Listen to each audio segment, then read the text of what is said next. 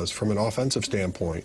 Maybe arguably one of the top 10 bats in baseball right now. So, like, where it comes from, what it looks like is different, but it really comes down to, are you getting consistent production from your better players? That was John Mozeliak on the show a couple of weeks ago alongside Alex Ferrario and Tanner Hendrickson. I'm Brandon Kiley. Cardinals are back in action tonight. Yesterday, I think, guys, was a much-needed day off. Forget just for the team, for all of us who have consumed Cardinals content for the past week, we needed a day. What are you talking about, to man? Just take a breath. We had no idea what we were going to open with today. We needed Cardinals to play yesterday. Talk about his new dog's name. Yeah, we'll get to that in the junk drawer, but we needed that today. So the Cardinals back in action. They're taking on the Washington Nationals. And the thing is, they're not actually taking on a team. They're taking on a group of 3 players. And that's it. Because the Nationals, more or less, the Nationals fired their general manager, Alex, the other day, because effectively all he's done for the past 5 years was trade Juan Soto. Now, technically, he's made other moves, but you wouldn't know it based on the production on the roster right now. The Nationals have a player in James Wood, who's one of the best young talents in all of Major League Baseball. He's 22 years old, and he is what we all thought Jordan Walker could eventually become. Wow. It is July 8th. How many home runs do you think James Wood has hit so far this year, Alex? 26. 23 home runs. He has 67 RBIs. It is July the 8th. Yeah, it is. He has played 90 games, and he has 67 RBIs. He's also stolen 12 bases so far this year. He's a very good baseball player. Let's look at what our James Wood's doing. Jordan Walker, home runs, boys. How many stolen bases? What 3. is it? Is it 2? 3. How many stolen bases? 1? Let's see. 3. There you go. 3-3. Quarter of the way there. Have a 5-5 season. He's just getting those anyway. I feel a 3-4-5 coming. CJ Abrams. Star level talent. I took it a little too far there with the superstar side of things. No. Star level lean talent. into it. He, as a shortstop, has 12 home runs on the season. He is well above league average offensively, and he's pretty darn good defensively as well. Really great baseball player. I don't care about that. We've got a superstar in Mason Wynn. Mackenzie Gore, a young, talented starting pitcher, 26 years old, in 18 starts, has a 3.1 ERA. He's thrown 105 innings, Alex. Really good pitcher. Matthew Liberatore, 3.7. And if you looked no further than that, man, are the Nationals loaded. Are they? If you try to find their 4th best player, though, you'd really be searching. And you might come to the conclusion it's probably Kyle Finnegan, their closer. Oh. Yeah, it's not a great situation for them right now. And so I wanted to ask you this. 314-399-9646 is the Air Comfort Service text line to get involved in the show. YouTube is available for you in the chat. The Graveyard Chat, off and running at youtube.com/101ESPN-STL. Alex, if you were a prospective general manager, and for this hypothetical scenario, let's say Chaim Bloom wasn't in charge, and the Cardinals were looking for their next GM the way that the Nationals are actually currently searching for theirs, would you rather become the next general manager of the Nationals, where you have 3 studs in place, 2 young superstar potential, at least talents on the position player side of things, and a legit number 1, number 2 starter in Mackenzie Gore? Or would you rather have the job in St. Louis where, man, you are deep as hell. You have a lot of really solid players. You have 0 superstars on the roster currently. Which of those jobs do you think is better, easier, more enjoyable if you're a general manager? Man, I was so emphatic in the office when I said, to me, it's the superstars. And I still lean that direction because look at what the Cardinals have been going through for the last 15-plus years trying to find a superstar. You haven't been able to, and it's been the bane of your existence for fans. But the more you think about it, if I have depth, if I have a lot of really good players, can I use those to go get the superstar? So I'm a little bit torn on this one, but I'm going to lean into what I said in the office. I go with the superstars. If I'm a general manager and I look at 2 teams that say, hey, this team's searching for a superstar, they're never going to draft other than this year in the top 5, first, second, third overall, they're always going to be middle of the pack. You're going to be a really good team, but you're never going to be great. And good luck finding that superstar. Or you've got 3 young superstars in place. One of them is basically already looking like the face of the franchise. And all you got to do is you got to find those complementary pieces. Good luck. Not going to be easy because by the time you get them, those superstars are going to cost you a lot of money. But Man, I think if I'm a general manager, I go with the certainty of I got 3 studs on my roster that I'm building around, and then from there, I round out my roster. I think that's where I would go as well. Because I think, and I know the Nationals have sucked at this, but I think it is a lot easier to develop the complementary pieces than it is to develop a superstar, and it's a hell of a lot easier to go out and sign those guys than it is to go out there and acquire a superstar. Because typically when teams have stars, they don't let them go. And if they do go to free agency, it's only like 5 markets that can really go out there and afford to go sign that guy. So I would lean towards I would rather start with the 3 stars and not have any complementary pieces around them, because I think you can piece that together in an offseason or 2 and get to a competitive level compared to, though you will still be competitive with complementary pieces without a star, as we've seen with the Cardinals, you're never going to probably be able to get over that hump without them. So that's why I would lean towards where Alex is at. Let's sit back and hear BK explain why the Cardinals. For the Cardinals? The Cardinals are the reason you want to go. Man, I'm actually going to be swayed by this argument. Would you be willing to listen to it at least? Because I do think it's a pretty compelling case. Because I am torn from what I thought about an hour ago. Miles Michaelis makes $17.5 million. Boy, howdy. Steven Matz makes $12.5 million. All right, we're up to 30 right now. I'm not going to boy howdy that one, really? Eric Fetty makes $7.5 million. We're up to $38 million. We might be able to get Ryan rid of that. Helsley makes $8.5 million. All right, we're up to $46 million now. All of those guys are probably gone next year. That clears up basically $50 million in what is effectively for the Cardinals cap space to use this offseason. They have a lot of the players that the Nationals are lacking. You look at like the filler, the connective tissue of a roster.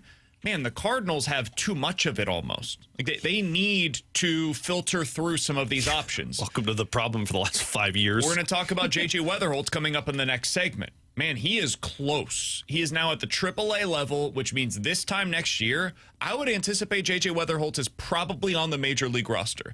That is another player that you could have in here that at a minimum is a really solid contributor, or at least that's the expectation from the Cardinals. I can go out and find a piece or 2 via trade, probably for one, and maybe free agency for another. And I can add, if not star level talent, pretty darn close to it. If I do my job and convince ownership, we have got to do this. It's the last thing that we are missing. We have everything else. Look at all of this. We've got a surplus of position player talent. We have got to use this to go acquire the star. We have got to go to free agency to acquire a star. I think that is actually, strangely enough, easier than the task of going out and saying, dude, we need 15 solid baseball players. Finding those guys it's easy to do on the market, but you got to pay each of them like $10 to $15 million if you're going to do it that way. You run out of money eventually. When you're paying Mackenzie Gore, you're planning to pay James Wood and CJ Abrams. It becomes much more costly, and to develop that many good players, that takes time, man. You need like a 5-year stretch of drafting pretty well to be able to accumulate the type of roster that the Cardinals currently have. So if you're talking about a quick fix and getting competitive quicker and being a good team for potentially even longer, I actually think the Cardinals are the better job to take right now, even though, man, you look at it today and it's like they're so far away. The Nationals are just missing so much. They are missing quantity. The Cardinals are missing quality, and I think that quality is actually a little easier to acquire given where they're at right now with their money and everything else. He's swaying you? Yeah. I mean, I was already like on the fence. Somebody just needed me to push off. I mean, he's not wrong. Like the problem with if I'm taking the Nationals job is I've got to do a quick fix. And you take into consideration the ownership side of things. And sure seems like Mike Rizzo pointed out the flaws of the Washington Nationals when he left of how bad the ownership is. And I know people complain about the ownership in St. Louis. But the difference is I need ownership in St. Louis to bite the bullet on one player. Right? I need you guys to be okay with going to spend $30 million on one guy or making the trade for one guy. Man, if I'm the Nationals owner, you've got these 3 guys, which is great. You're going to have to pay them. But if you want a competitive team, you're going to have to go spend money in free agency. And the longer you drag your feet for spending on the complementary pieces to push us over the hump, those guys are probably going to be out of that age frame where we need them to be. So it's kind of a quick fix where you need to do it now. Whereas like the Cardinals, go get Kyle Tucker, this team, at least in my opinion, is looking a lot closer to being a World Series contending team than what they are now. Or you go out there and you put in a Rafael Devers. Like, you add the one piece for the Cardinals, you're talking about being the NL Central crown. Yeah, or at least close to it. Yeah. You're in the conversation with the Padres, with the Brewers, with the Cubs, like all of these teams that right now view themselves as, all right, we're close. The Cardinals could now be in that grouping of individuals. So I don't think they're as far away as it may feel right now. I would also say like that you're another year removed from the Arenado contract coming off of the books, right? Wilson Contreras, I think, only has, is it one more year left of guaranteed money after this year? I think 2. So you're getting closer on that deal as well. And now you're getting to the place where it's like, all right, as ownership, we've got to start talking about what does the next iteration of the Cardinals look like? Who is the next face of the franchise? It can't just be expected that that is somebody that is drafted and developed internally, because that has not been the model for the Cardinals. For the last 25 years, they have always supplemented with external talent whenever that guy isn't coming through their pipeline, and they didn't get lucky with Albert Pujols or Yadier Molina, Adam Wainwright, etc. They traded for Matt Holliday. They traded for a guy they thought could become that in Jason Hayward. They traded for that in Marcell Ozuna. They traded for it in Paul Goldschmidt. They traded for it in Nolan Arenado. Some of these worked out better than others. A lot of those didn't work out. But that has to be the model moving forward as well. So I think if I was a general manager and you put these two teams in front of me and you said, all right, you get to choose. You're the hot commodity, right? You're the guy that everybody wants to hire. Which job would you rather take? Personally, I would rather take the Cardinals job right now than the Washington Nationals job. I think I can win quicker. I think it's overall just a better job. I would rather have this team. And that's full acknowledging, yes, it is hard to go out there and acquire the superstar. It's easier said than done. Alongside Alex Ferrario and Tanner Hendrickson, I'm Brandon Kiley. Coming up in about 15 minutes, we're going to talk to Matthew Fairburn. He's the Sabres beat writer for The Athletic. There's been a lot of talk out there about Bo Byram, what the Blues would have to potentially give up to him to acquire him, what the Sabres are looking for in return. And honestly, just have the Sabres totally bungled this entire situation. We'll get into all of that with Matthew Fairburn joining us coming up here in about 15 minutes or so. But I did reference it, Alex. JJ Wetherholt has officially been promoted to AAA. What does that mean? And what does that say about where the Cardinals are at? We'll talk about it next year on 101 ESPN.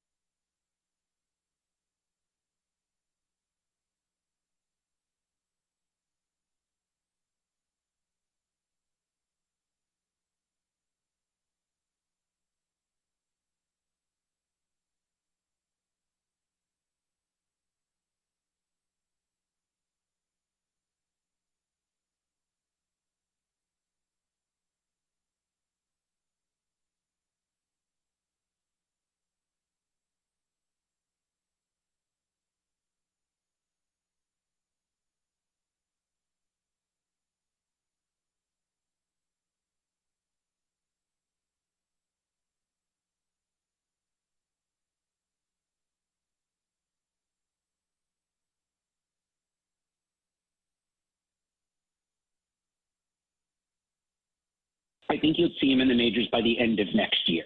I do think the bat is really advanced. He has hit everywhere he's played. He's hit the best pitching that's been available for him to face. I think what we're seeing with those types of college players, especially those who do it in one of the power conferences, they get to AAA or at least AA, AAA pretty quickly, and it sets them up to get to the majors.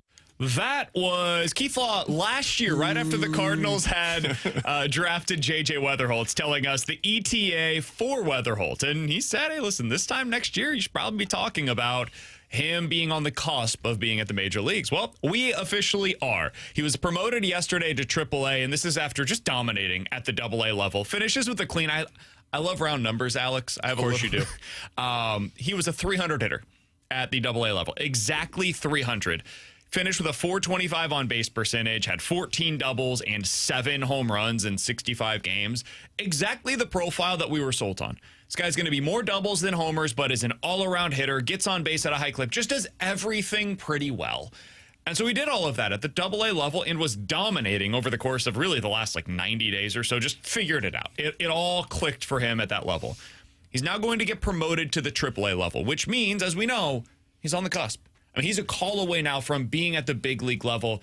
If they are completely out of it, sure, he could maybe be one of those 27th men that is called up at the end of the year in September. He certainly should be in conversation to be called up by opening day of next year. And even if he's not, it's not a huge deal, but he's there. He's now in that conversation. Alex, what was your takeaway? Not only from him getting the call up yesterday, but now what this means for the Cardinals moving forward. I mean, this is great for the Cardinals. I mean, we as Cardinals fans have been so frustrated for the last however many years of looking for the next big player to come up and actually follow through with it. Now, I don't know if Wetherholt's going to have the ability to follow through when he gets to the major leagues, but talking about a guy that's making that much waves through A-ball to AA to already now at AAA, that's massive for a Cardinals team that invested a 7th overall pick on him. You start to feel good about it. The question I have with JJ Wetherholt is, how does it translate once you get to the next level? Because I don't know if there's going to be hiccups. Frankly, there weren't that many hiccups with AA. But then the next question is, cool, where do you fit in on this major league roster? And I think it's a pretty big question to ask because as much as he's only a call away, look at how they treated Thomas Ajayci for the entirety of this season. His bat played, but they said, nope, he's not getting every day at bat, so he can't be up at the major league level. Cool. Well, Wetherholt's not getting everyday at-bats because there is 0 positions for a shortstop or a second baseman right now. So where does he fit into this? That, to me, is next year's problem.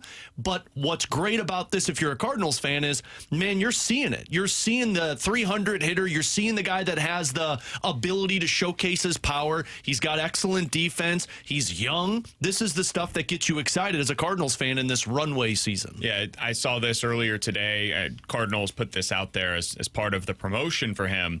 He is the youngest Cardinals player to reach AAA within the first year after being drafted since Michael Wacha in 2013 did this. He's the first position player to be called up to AAA within a year after being drafted since Brett Wallace in 2009. And as you can imagine, Cardinals fans had a lot of fun with that one because, okay, cool, JJ Wetherholt's going to be traded for the next Matt Holliday. I'm in. We need a star. As we saw back then. I don't need doubles. I need home runs. Am I right? T-Bone, what was your takeaway from the move yesterday, the announcement that JJ Wetherholt has been promoted? Yeah, I mean, we talked about it yesterday. I thought it was coming shortly. I mean, I think I said yesterday on the show, I thought it'd be after the All-Star break. But, I mean, it goes to what Alex was saying is, look, there's probably going to be an adjustment period, and we'll see what happens in AAA. He's going to be on the cusp of the big leagues sooner rather than later, and it just accelerates the timeline that the Cardinals have to make decisions on their roster, major league stuff.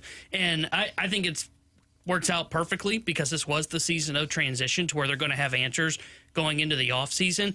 But they have to start planning going into the offseason of maybe he's not on the big league roster on opening day, but you almost have to have that avenue open for him by the time you get into spring training because they can't go into another season with a logjam, right? And then you get stuck in the position of, well, do we have Wetherholt up here? And if we do, where is he playing? Or do we have to just keep him in the minor leagues and have him just playing? That way we're not having him ride the bench here at the major league level. It just forces them to have to make tougher decisions in the offseason. That way they don't come into next season with this massive logjam because right now I have no idea where he profiles on this team. I think his best position long-term second base, but the Cardinals seem happy with Brendan Donovan.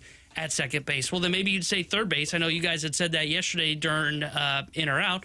Okay, well, then can I get out of the Arenado contract? And if I can't, then what do I do with JJ Wetherholt? And he's not playing shortstop here at the Major League level because you have Mason Wynn. Like, these are the kind of things that they have to figure out by the time we get to spring training next year. That way they have an avenue for JJ Wetherholt to be up here when he is officially ready. That's the thing, man. Like, I do wonder, how are they viewing this? Are they viewing this as we're going to find JJ Wetherholt's best position and clear space for him there? And that he's the guy, right? Because he's probably, I would imagine they view it this way. He's probably expected to be better than like Brendan Donovan long term. Donnie is having an unbelievable season. You will not see a bigger Brendan Donovan fan than me, right? I feel that way. But I would say over the next 5 years, if you were betting on one player versus the other, they'd probably bet on Wetherholt being the better player than Brendan Donovan. So if you view second base as JJ Wetherholt's best position, maybe they say, hey, Donnie, it's been a great season for you, but we think this guy's the future at second base. We're going to have to move you around a little bit more next season. But then I think about it, and it's like, yeah, but he's having an all-star season. And are you going to go into the offseason and say, hey, everything that made you comfortable this year, that helped you to produce at the level that allowed you to get your first all-star game, we're now taking all of that away, and we're going to get you back into the role of you're a super utility guy. I don't know. And if they don't view it that way, if they say, you know what, okay, Donnie, we're going to leave you at second, what does that mean for Wetherholt? Do you consider getting him more time at third base and trading Arenado again this offseason? Do you consider moving him to the outfield a little bit more often once he reaches the AAA level? I think all of this should at least be open for debate. Yeah. And I think now is the time where you need to start having these conversations, because the conversation started way too late with Walker. He was never going to play third base at the major league level, and they waited and waited and waited and waited, and then finally he gets to the end of that year where he's at Double-A. They don't trade Nolan Arenado. Of year. Yeah, it was right around the trade deadline. I think it was deadline day. Arenado was still there. Arenado says, I'm going to pick up my option or whatever. And they say, all right, Walker's moving positions. He's going to the outfield. It's like, well, what was all of this about? Arenado was never opting out of his contract. What do we do? Anyways, they need to come to a conclusion very soon on where they project Wetherholt's to be at the major league level, so he gets reps there at AAA before you have to make the transition at the major league level, which is happening again, by the way, with Sajasi, who is now taking fly balls at the major league level in the outfield. That's smart. That's really smart. It's worked to the Cardinals in the past. Going back to the Donovan thing, I think the first step the Cardinals do is find out if they can move on from the Arenado contract. And I don't know if they're going to be able to have the answer for that. But then I don't know if it's the worst thing in the world if you decide to move Donovan to the outfield. And I know how do you look at a guy that just got an all-star appearance for playing second base and putting together somewhat of an MVP type season? Part of me says that's baseball. And we've got a prospect who plays this position. You've already won a Gold Glove as a utility guy. We know you could play the outfield. Now it's, dude, you're going to be a corner outfielder for us. I'm not going to move you around. You are going to be a left fielder for us. And now that helps you out. Maybe it helps you out with this log jam of all of these outfielders that you don't know what to do with. Now, it means you're going to have to come to a decision with Lars Dupar or Jordan Walker to find out, are you in our plans moving forward, or do we have to move on? Because I think Alec Burleson has opened up that door to where he's an outfielder for you. So it kind of creates more of a logjam, but it's more of a certainty, if that makes any sense. Because I know what Donovan is. I know Donovan's bat is going to play, and now it's just, dude, you've done awesome as our utility guy. You've done awesome as our second baseman. You kind of have to look at the DNA of the player. Does the DNA of the player replicate somebody who will move wherever he needs to and turn into the all-star caliber player that he is? I don't know that he's the same defender in the outfield. I think Brendan Donovan is a second baseman. Now, that doesn't mean he has to play there every day. It may be that JJ Wetherholt is so good, he profiles best as a second baseman. We've got to figure it out around him, right? That's what I'm doing with Mason Wynn. Mason Wynn is so good at shortstop, I don't care what anybody else is best. I don't care if JJ Wetherholt's best position is shortstop. He's not as good there as Mason Wynn is. Mason Wynn is our shortstop. Maybe they view it the same with Wetherholt. That's possible. But Brendan Donovan has played a pretty damn good second base this year. And I do think that he's in their plans for not just the here and now, but I think he's part of their future as well. I don't know, man. These are going to be uncomfortable conversations, no matter which direction that it ultimately goes. But they need to happen now. and they need to start deciding what his future position is. For me, and this is me playing armchair GM, I would have him very rarely playing shortstop at this point. Oh, yeah, I would. Most of his reps, like they play 6 games a week down at the AAA level. Give him like 3 at second, 2 at third, and 1 in the outfield, or something like that, or 1 at DH every week, whatever it may be. But I think you split up his reps to where maybe 1 day a week you're getting an opportunity at short just to keep him having the ability to play that. He's probably your backup shortstop at the big league level soon. But I don't know, man. It's going to be a tough conversation for them with where they plan to use JJ Wetherholt long term. A good one, good problem to have, but a tough one nonetheless. With Alex Ferrario and Tanner Hendrickson, I'm Brandon Kiley. In 15 minutes, we're going to get into questions and answers. But coming up next, the Blues have been all over this Bo Byram conversation with the Buffalo Sabres. It sure sounds like they would like to have the player, but they would like to have the player on their terms, Alex, which is typically the way that Doug Armstrong operates. He doesn't want to give up more than what he absolutely has to. So how is that going to play? Are the Sabres in a spot where they have to get rid of Bo Byram? We're going to talk to the Sabres beat writer about all of that when he joins us next here on BK and Ferrario.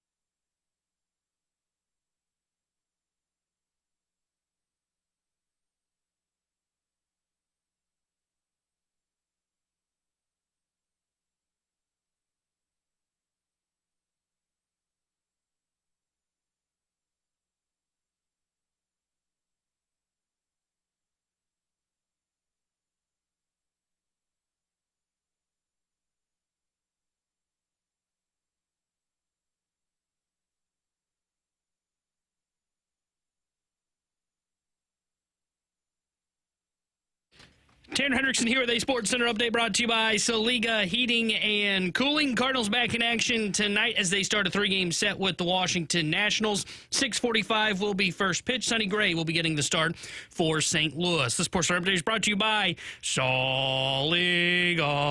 Heating and Cooling, a Daikin heating and air conditioning dealer.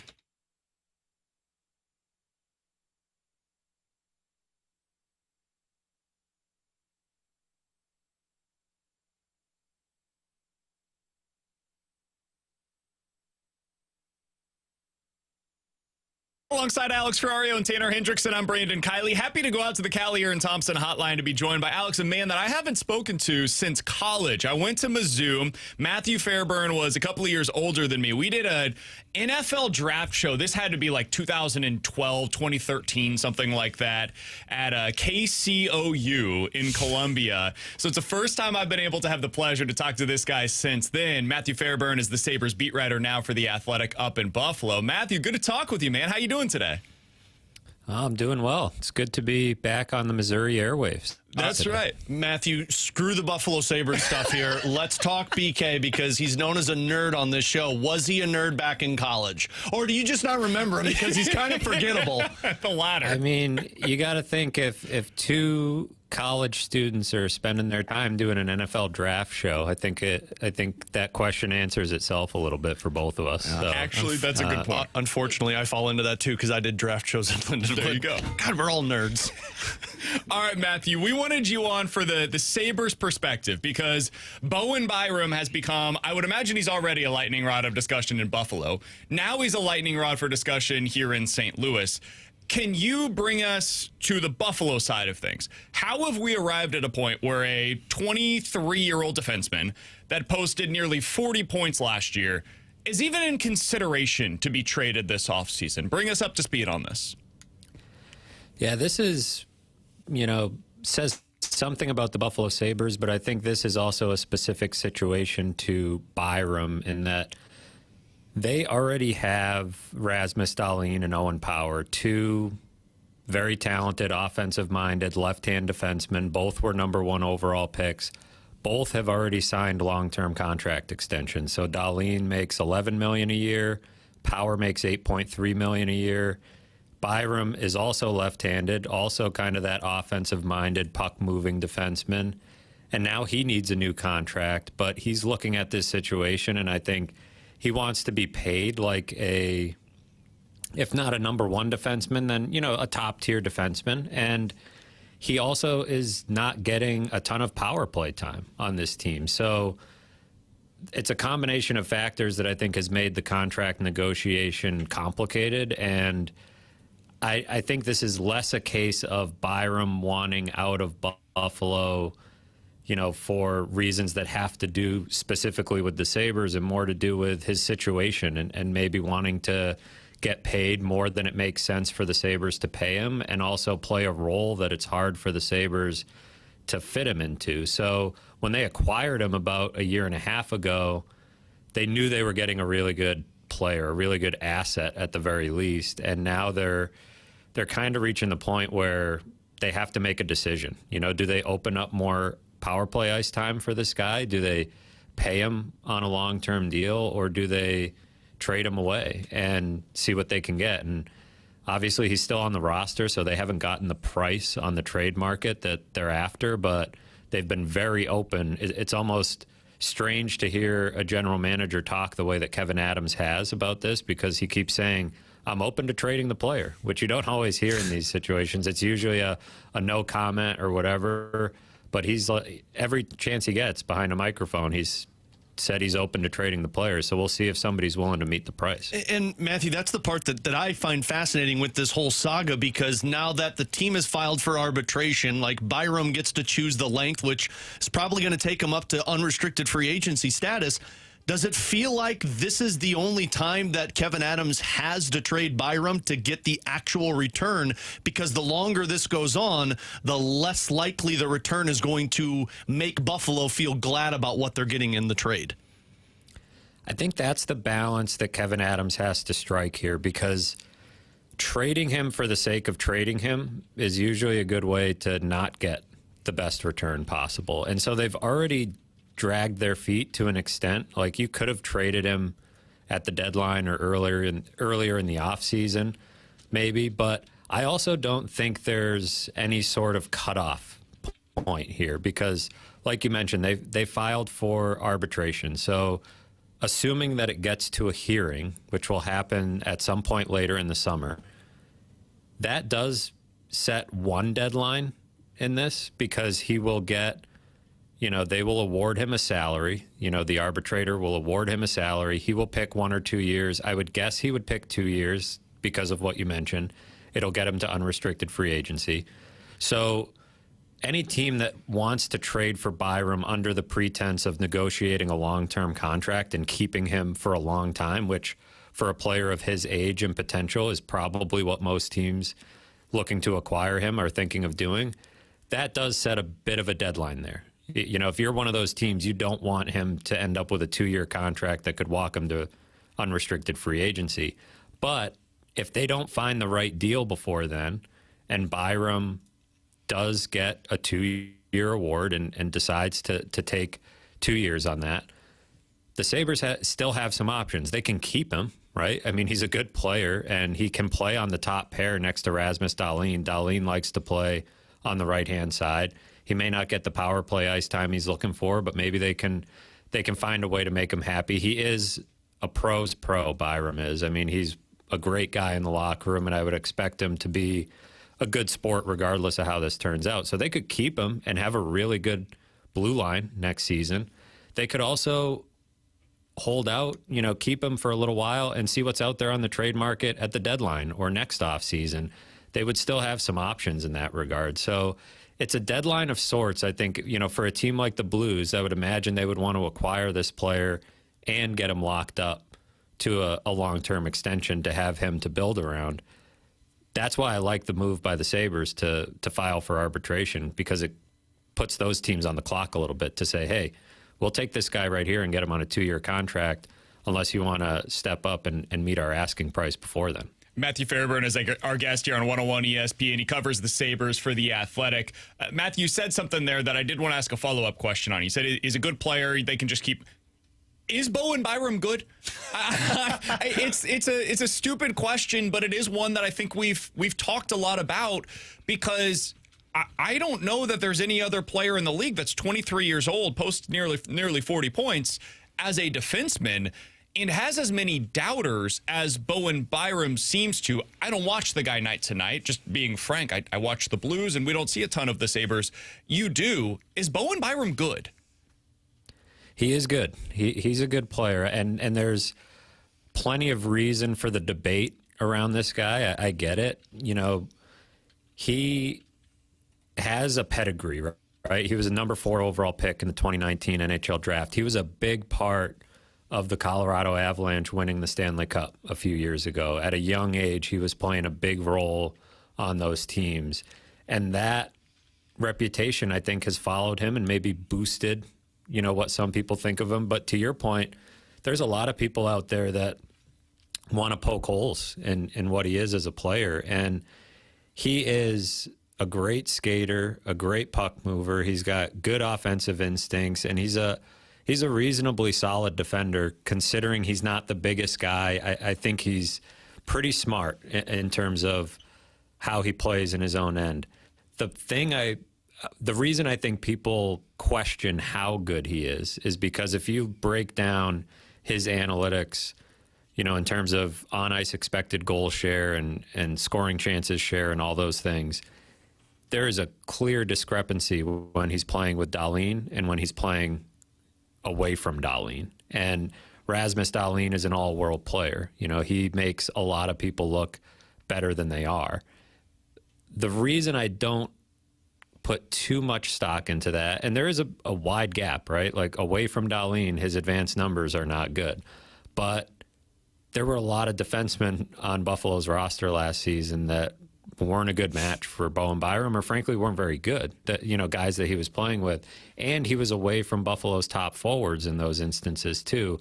Presumably, if you're acquiring Byram, he's going to be playing those important minutes on your team. So that's one of the things with Byram that I look at people look at it as a knock, like away from Dahlin, he's no good. But I look at it here in Buffalo and think, yeah, just play him with Dahlin because those guys are really good together. It shouldn't be rocket science. So I guess the question will be, he is a good player. The question is how good, right? And the market will really determine that in this case in terms of his trade value and his next contract. And I'm fascinated to see, A, if the Sabres move him, what can they actually get? And B, on his new team, what type of contract does Byram command? Because with the rising cap and, Provorov just got a really, really big number. Keandre Miller, got $7.5 million a year, I believe. And Chikrin ended up with $9.5. So is Byram going to fall somewhere in that neighborhood? I would expect him to on a long-term deal, but he also hired Darren Ferris as his agent. And Ferris loves to get his clients to unrestricted free agency. So this is going to be a really interesting situation, and I wonder how easy he will make it in terms of that long-term deal, because that's probably a big variable in this trade, right? If you're the Blues, you want the assurance that you can get a long-term deal done here. So Matthew, on that trade return, I think that's the part that's been talked about most amongst Blues fans. Neighbors' name has come up. Holloway's name has come up. To me, it feels like those are non-starters, but do you feel like that's the least the Buffalo Sabres will take in return, or do you feel the price could drop?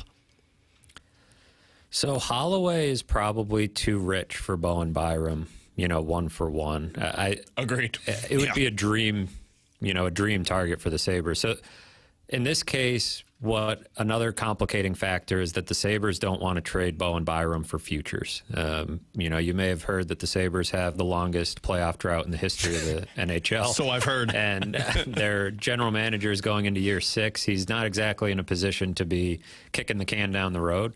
And a lot of trades like this that you see, can be built around futures to kind of get them to the finish line. That's what makes this one a little bit harder. And that's why names like Jake Neighbors, to me, if he's not in the trade, I don't know how the trade can get done, frankly. I think you need at least a player of that caliber. I think he would be perfect for what the Sabres need. They just traded JJ Peterka away.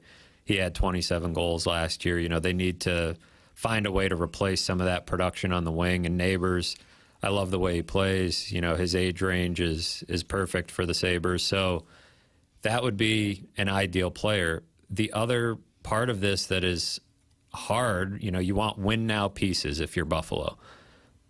Buffalo is on almost every single no-trade list. They are on a lot of those lists and to the point where when you're sketching out trades or trying to get an idea of who might be able to come the other way, I go down the list on Puckpedia and be like, okay, this guy has a clause, this guy has a clause, cross him off the list. 5-team no trade, cross him off. Literally, I think Cam Fowler has a 3-team no trade, and I'm like, that's probably not going to apply. Buffalo's probably on that list. I mean, it's definitely become a major hurdle for Kevin Adams in a lot of cases. When you miss the playoffs for 14 straight years and you're one of the smallest markets in the league, they weren't a desirable location to begin with, but when you lose the way that they have lost, it really hurts your reputation around the league. And so many players in the league have no trade clauses. So like you go down the Blues roster and a lot of the guys that might make sense, that's part of the equation. It's Kairu's no trade just kicked in. So it's like there was an opening to maybe try to make a deal work centered around those guys, but obviously that didn't happen. So to me, I think Neighbors for Byram is pretty close value-wise in terms of what they are. And, it just depends how badly do the Blues feel like they need a defenseman. And, do they feel comfortable enough with their winger depth that they could part with a player like Neighbors? I know you don't want to trade Jake Neighbors, right? But it's got to hurt a little bit, I think, to acquire a player like Bo Byram. Our text line right now, Neighbors is exactly what the Blues need. No. What's the ask? Neighbors, absolutely not. That's a general idea of how fans would respond to a trade like that. That doesn't mean it can't get done. Doesn't mean it won't get done. But it certainly would not be the most popular move that Doug Armstrong has made if it does get done. Matthew Fairburn is the Sabres beat writer for The Athletic. He will certainly be chronicling all of this over at The Athletic. For all of you, if you'd like to follow him, you can do so on Twitter at Matthew Fairburn. Matthew, it's been great to catch up, man. Thanks for making us a little bit smarter about this trade from Buffalo's perspective. We wish you nothing but the best. We'll talk with you again soon. Thanks for having me, guys. Talk to you soon. Thanks, Matthew. That's Matthew Fairburn joining us here on BK and Ferrario. Sincerely appreciate his time here on the show, explaining this from the Buffalo perspective. All right, I've got a lot that I would like to react to on the other side from that, Alex. I'm sure you do as well. We want to hear from you as well. 314-399-9646 is the Air Comfort Service text line. That was the Buffalo perspective on a trade package that would make sense for Bowen Byram. He said Jake Neighbors is a really intriguing fit. It makes the most sense for both sides in his mind. Do we feel that way? We'll talk about that. Get to questions and answers next year on 101 ESPN.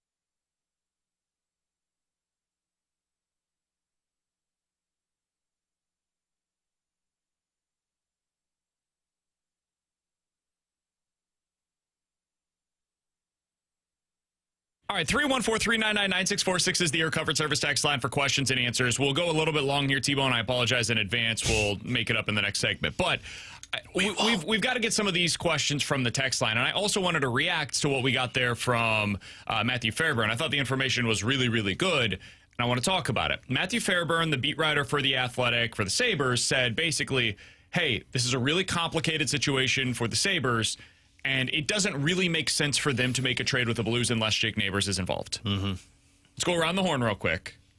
Is that something, if you're in Doug Armstrong's shoes, you would do? Trading Jake Neighbors for Bo Byram? Right now, no. Right now, I'm saying it's not happening. Call me later. Later meaning call me at training camp. Because if I'm Doug, I want to see what some of these guys look like. Even if that's post-arbitration, where you get him on a 2-year deal instead of potentially now you could sign him to 8. Potentially, but it sounds like his agent, Darren Ferris, which does have a tendency to take guys to free agency, which should make you feel warm and fuzzy, Blues fans, because Holloway and Broberg have the same agent. But one of them, just one of them does. I thought it was both of them. He was the one that orchestrated everything. One of them had a smaller agent, Gotcha. so he wasn't okay, yeah, you're right there. So I think it was Holloway had the other agent. I don't like how you're bringing the bad vibes. Well, I'm just like, I'm providing information. That's what we do here on Beat King and Ferrario. We don't like the hot take here on this show. I don't know if I'm getting him to a long-term deal regardless, unless you're overpaying for him. And if you're the Blues, you're not going to do that because otherwise you would have locked up some of your other guys. I'll take the 2-year risk here, but the reason I'm going to wait till training camp is I want to see what some of my other young wingers look like. Are some of these guys closer to the NHL than I thought? Does Stenberg look like a guy that could push for a spot this year? Does Dvorsky look like he can contribute on the wing? Because if they can't, does Carbonneau come out of nowhere and impress everybody? Because if so, now I've got my third-line wingers. Now at least it might hurt for the now of trading a guy that's got the DNA for the Blues. But in the long term, my defense is about the best in the National Hockey League as you can ask for, and I've got more winger depth on the way. So if you're asking me today, no, you're not getting Jake Neighbors. Talk to me at training camp when I can get a better view of what some of these guys look like. I think I would do it. And I don't take any pleasure in saying that. I love Jake Neighbors. That guy's one of my favorite players on the team to talk to. I love his style of play. I think he's great. If you're telling me, hey, you're asking me, what is Jake Neighbors' path to get into the top 6 long term? I don't think there is one. I think you already have your top 6 wingers locked up long term currently on the roster, right? It's Kyrou, it's Booch, it's Holloway as another one, and who am I missing? Jimmy Snuggerud as the 4th. And those guys are all signed, likely, for the long term. I don't think there's a spot for Jake Neighbors. So he's a third-line winger for you. Is there more value in a third-line winger that's going to play 12 to 15 minutes a night for you, or a top 4 defenseman, potentially a top pair defenseman that could play 23 minutes a night for you? I think the latter. So for this team, given the way that they're constructed, I think I would probably do it. I would try like hell if I'm in Doug Armstrong's shoes to not make that move. I would be doing everything possible to drag my feet and say, I can't do it. And then eventually when there comes a deadline of, we got to make a deal, yes or no, I'd probably say, okay, if that's what the ask is and you're not breaking from it and you're willing to hold the player, I'll go ahead and make the deal. Yeah. I don't take pleasure in saying that, but I think I would do it. Do you need him long-term contract if you're going to make that move or no? Because I think it would have to be a long-term. I absolutely prefer it that way. Yeah, yes. Okay, that's where I am too. If you are willing and you think, because I mean, hearing how Matthew Fairburn kind of described, like, hey, this is a good player, and sometimes when he's away from Dahlin, it is more of he's just with some crappy teammates. Yeah, I mean, I view that as, okay, well, that kind of sounded like the Cam Fowler situation, right? Which was, you looked at the numbers and you went, really, Cam Fowler? And then you pull him away from Anaheim, you're like, wow, that guy's really good. Yeah, still. He's playing with Philip Broberg probably, which is the most ideal position you'd be in because Broberg's a two-way defenseman and Byram can be your offensive defenseman. And that's why I think I'm with you, BK. I think I am now on the side of, okay, if I can get him on a long-term contract and the Blues can find that sweet spot that they're going to pay him, I would do it because I agree with you.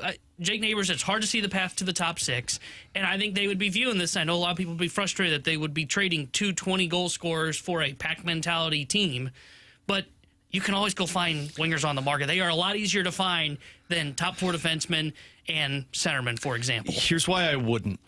And it's something Jim Montgomery told TMA earlier today, which I do think people, and this is coming from the guy that gets way too over his skis when we're talking Blues, I think everybody needs to prepare for Jimmy Snuggerud to have a quieter season.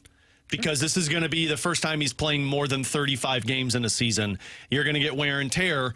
Totally. I need somebody who can play into my top 6. Plus, I don't know what the injury looks like to Holloway, how he's coming back, if there's still a little bit more of getting back to normal. This is a long-term move, though. This is not just all of this is coming back to our like fork in the road moment. This is a move that I'm making as much about 26 and 27 as it is about 25. Sure, but you do need to make yourself 5% better this year, and I don't believe you are 5% better if you do that, because now I don't have a third line that can score. I have a third line that is barely going to give me any. Suter scored 25 last year. Bukestad 2 years ago scored 17 at 5-on-5, and then I figure out my last third line winger. I make it work. Sure. I don't know what that looks like, though, in terms of line construction and how they play, because some of those guys score because there's playmakers around them. I don't know who's around Bukestad. Pius Suter might be playing on your second line. Shen might be your third line. Is Shen a playmaker that you think can create offense? Last year for the second line. I think Holloway and Kyrou were playmakers that created offense with Shen more than Shen created for them. So this is. I think defensively, though, you're pretty damn good. Oh, you're elite, in my opinion. Like you're set, which is why I'm having a hard time with this. Unless I know that I've got reinforcements that can contribute, I don't know if I'm okay with giving up 40-plus goals and bringing in somebody who could contribute offensively, but defensively, I just don't know yet. All right, 314-399-9646 is the Air Comfort Service text line for questions and answers. Want to make sure that we answer some of your questions here as well. Again, 314-399-9646 is the Air Comfort Service text line. Guys, question for you. What player do you think the Cardinals could or should go after this year to try to get that is a star? Do you call the Twins for Buxton? Do you call the Braves about Acuna? Is it too early for their reset to do something like that? Please don't call about Buxton. I don't need another guy who gets injured half the season. I love Byron Buxton. I do too, but he's going to play 60 games for me, and I don't need that problem. Totally. Yeah, sure, if Acuna's available, you call and you find out what you need to get it done. I mean, that's the guy that I'm calling on. I don't think he's available. available. I agree. I call them every day until they tell me, don't call me again. And then I keep calling. Yep. 100 no's mean yes. Yeah. I mean, I'd be calling the Braves to see what could we do here. Do you have anything that you're willing to give up? Are you talking about? No, do they have any players? Now, when they say Ozzy Albies, be like, son of I don't need another second baseman. Yeah, I talked to them about Austin Riley. I feel like there's more there. He has not had a great season this year, but I talked to him and say, hey, what could we do with that? I try to find out, is there somebody like Sean Murphy? Could we find a deal that includes Sean Murphy?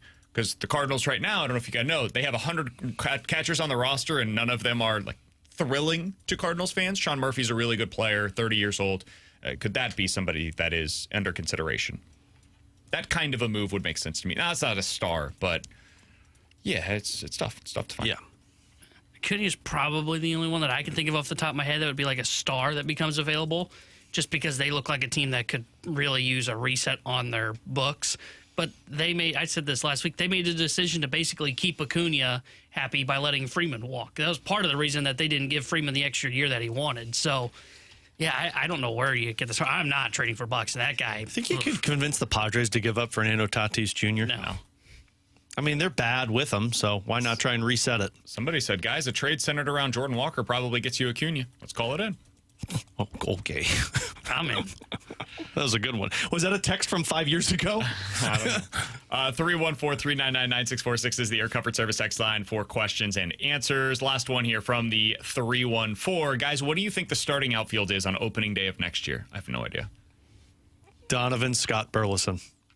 Write it in pencil. Yeah. Actually, write it in that erasable ink. Yeah. Or invisible ink that you got to use urine to see. Urine? Yeah, it's from The Office. You got it. I think Herrera is probably your DH. I thought you were going to say outfielder. I was about to say outfield too. I think Burleson's probably in the outfield. I think Scott is probably starting in center. I have no idea in left. I have no idea. I told you. It might be somebody that's not currently on the roster. Acuna? There you go.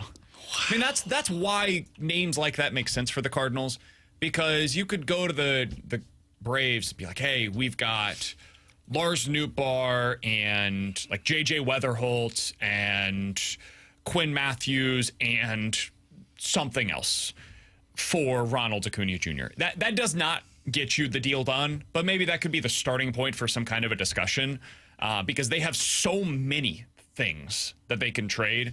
Eventually, you could potentially try to make some kind Somebody of. just texted in and said they traded Newt and Gorman for Tatis Jr. and MLB The Show, and it worked. So Let's do it. Call it in.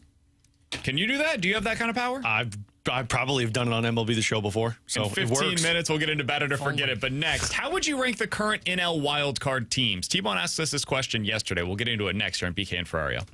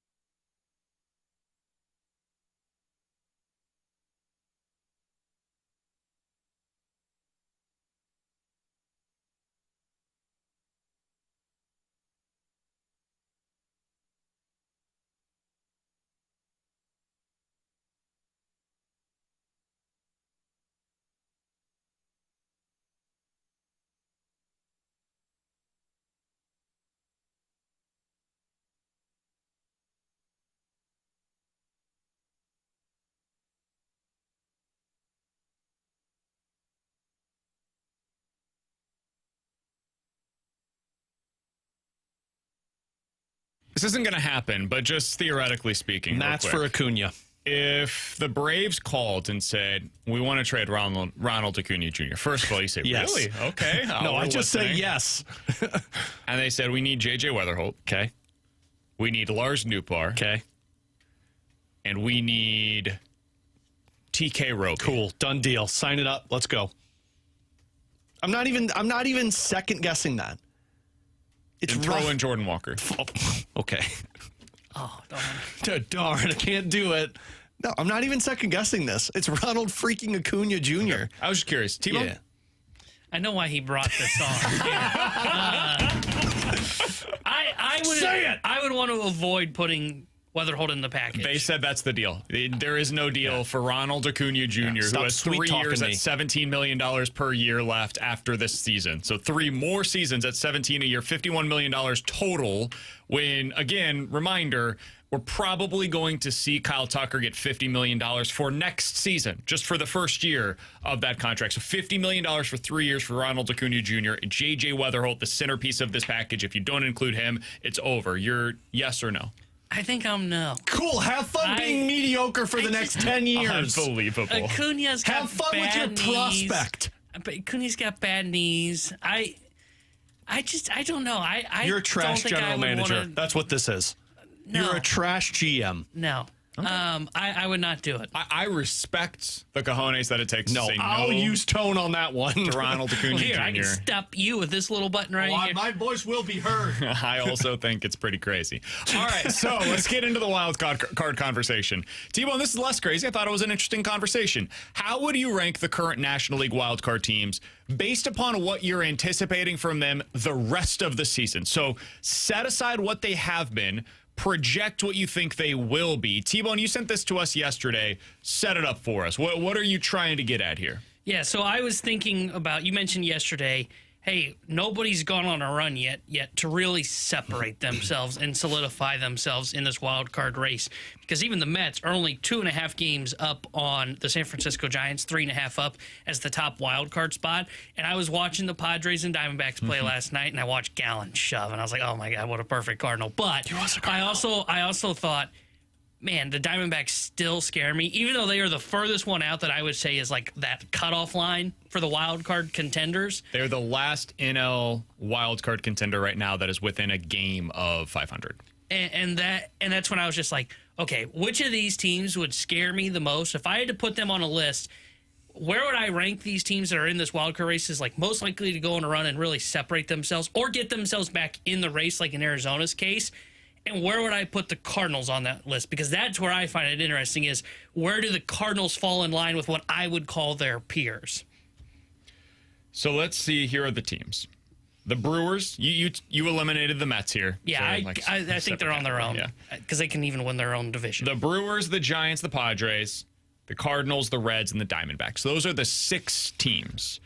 How would you rank them from 1 to 6? I currently would have my team that I fear the most of going on a run as the San Diego Padres. Agreed. Offense has not gotten going this year. The pitching is outstanding. They are great at run suppression. They are currently not in the wild card, but I think that they are a very good team that scares the hell out of me. They would be my number 1 feared team in the wild card race, not named the Mets. Write it down in pen. That was mine. All right, so we're all on the same page there. Number 2 for me, can't believe I'm saying this. They're not a very good baseball team right now, but they hit the crap out of the baseball, and if they can figure out their pitching, T-Bone, I think this is probably where we agree as well. I would have the Diamondbacks at number 2.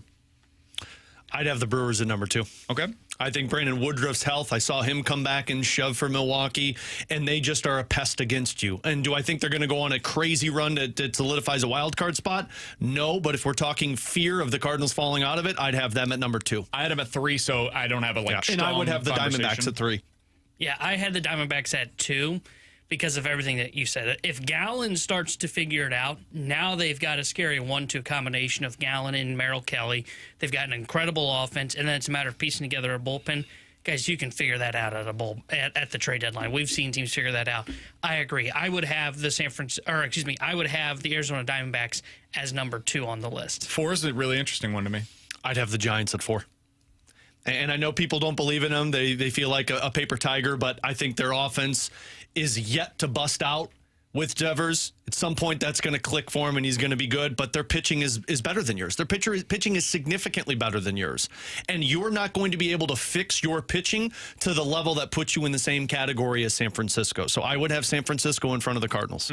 Yeah, I have San Fran. I had San Fran as 3, Milwaukee as 4. Really? Yeah, because I agree with what he said. Because of Devers, once he figures it out, you've got an offense that still has Matt Chapman in that lineup. Is that a good thing?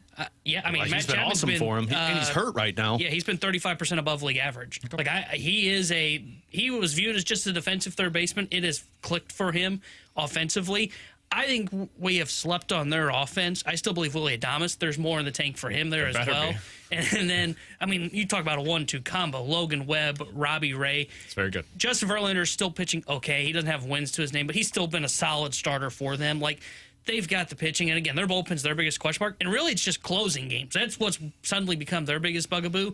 Which you could fix at the deadline. Exactly. The reason that I would have the Brewers ahead of them, I actually think the Brewers' pitching might be a little better than the Giants. I think the Giants' offense is probably a little higher upside than what the Brewers have. I just don't trust Milwaukee offensively. That's fair. But their pitching, that's why I'd have them less. So good that it makes up for it for me. But yeah, those are the teams to me that are in that 3-4 range. I would also have the Cardinals like right on the cusp of that. For me, it's a Padres are in a tier of their own, and then Diamondbacks tier of their own, Brewers, Giants, then the Cardinals, and then the Reds. I would have the Reds as I don't think that's a wild card team. I don't think that's a playoff team to me. Yeah. I'm with you there. I have Milwaukee above because they're just a team that's always going to strike fear for the Cardinals because they can't find a way to beat them, regardless of the Diamondbacks. Diamondbacks are right there with Milwaukee, in my opinion. It's just all of these teams that we just listed, they've got better difference makers than what you have, and that's the difference. That's what I was going to ask. Is there anything the Cardinals could do that gets them in that conversation in terms of fear? This doesn't mean that these teams are actually going to do it. The Diamondbacks haven't done it all year, man. You look at the roster and you're like, man, on paper, this should be a good baseball team. And they stink. They keep losing baseball games. And it doesn't make sense to me, but they keep doing it. So just because you're feared does not mean that you continue to win. Is there anything that could happen for the Cardinals to become more feared? Is it a move? Is it trade health? for Acuna? Is there anything realistic that the Cardinals could do that could rise them up this list? For me, no. I mean, maybe it's health to see the offense come back, but now it's like that little nugget planted in your head to where I know what this looks like if somebody goes down to an injury. And so it's the fear that's always there for you. I just don't think you're going to be able to acquire anything that puts you at that spot because I expect San Diego to make a move. I expect San Francisco to make another move. And frankly, I kind of wonder if Milwaukee makes some type of move. And if these teams already strike fear into me and are making their teams better, man, you're 2 steps behind them then. To me, if you want to talk about fear, it would be this is real for Gorman. Ivan Herrera comes back healthy and looks exactly like he did prior to the injury, and you get Lars Nootbaar going. I don't know how many of those, or if any of those, could take place, but I think that's how it happens. Now you have 2 on-base guys, Donnie and Nootbaar, that are going. Gorman has that fear, that damage from the middle of the order, and Ivan Herrera's a star bat. So if you get all of those things, I think you put yourself in the conversation where that offense becomes fearful the way that the Brewers and the Giants pitching is. Your offense becomes that on the National League Central side of things. But I don't know how realistic that is. Yeah, and what I'm going to bring up, I don't know how realistic it is, but I do think it's achievable, and it's more of choice that they decide not to do it. But I agree with what you said on the offense, right? Herrera gets back healthy. You get a couple guys clicking. They can have a dangerous offensive unit. The problem is then they've also got the weak pitching staff that's next to them in their starting rotation. And that's why I say for them to get there, it takes internal improvement from the offense and getting healthy, while an exterior addition to the rotation that can move into your top 3. Because, and I keep throwing his name out there, mostly because I'm hoping it happens, but like Merrill Kelly, I'll use him as the placeholder here, right? Arizona goes on a losing streak. They fall out of it. They say, hey, ownership says we should save some money, and we're going to trade Merrill Kelly. He's making $5 million this year. Perfect Cardinal. Perfect Cardinal. You trade for that guy. Sign him to a 7-year contract extension at the age of 36. Oh, that's not That'll perfect. Be wonderful. But you trade for that guy, and now I get some of that internal offensive improvement, and I can line up a postseason series or even just a 3-game series, right? When you go up against the, I don't know, you mentioned August. They've got a couple of teams in the wild card race. Padres. 3-game series, and I get to go throw out there Sonny Gray, Merrill Kelly, Matthew Liberatore. I got a chance to really match up with Yu Darvish, with who am I forgetting? It. Whoever. Dylan It doesn't Cease. matter. Put any Cease. put any Cease other was who team I was out there, saying. you match up. Now I've got some bite to me. Right now, I'm a team that I can look at and go, okay, I can really fear the St. Louis Cardinals because now they've got a top three that can get outs in their starting rotation, and they've still got a very good bullpen, and now an offense that's also clicking to where they can make some damage. Our text line has heard nothing that we've been saying because they are mad as hell at us for trading JJ Wetherholt and for trading Jake Neighbors in the same show. Thank you, 314-399-9646 Neighbors one I get, but is the you're Air upset Comfort about Service Acuna text line Jr.? to get involved in the show. Better to that's forget it crazy. coming up next here on 101 Stupid. ESPN.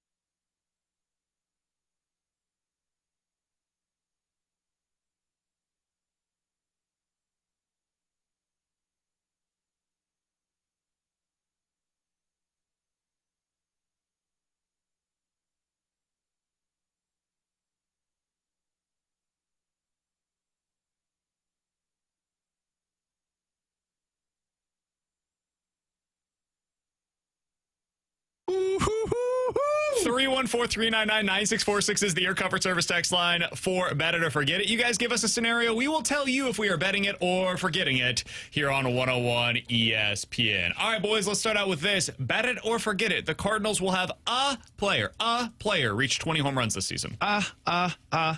Staying alive. I'm going to say not bet it. Forget it. Almost thought we were doing Believe It or Not there. I'm going to say forget it.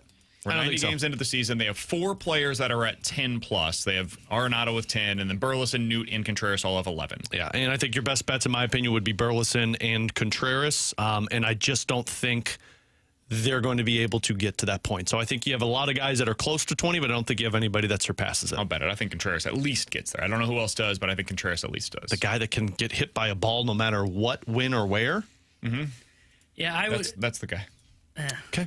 I would bet it. I think one of Contreras or Burley gets hot, goes on a little bit of a home run spree, can get up to 20. But I think it'll only be one. I don't know if both of them will get there.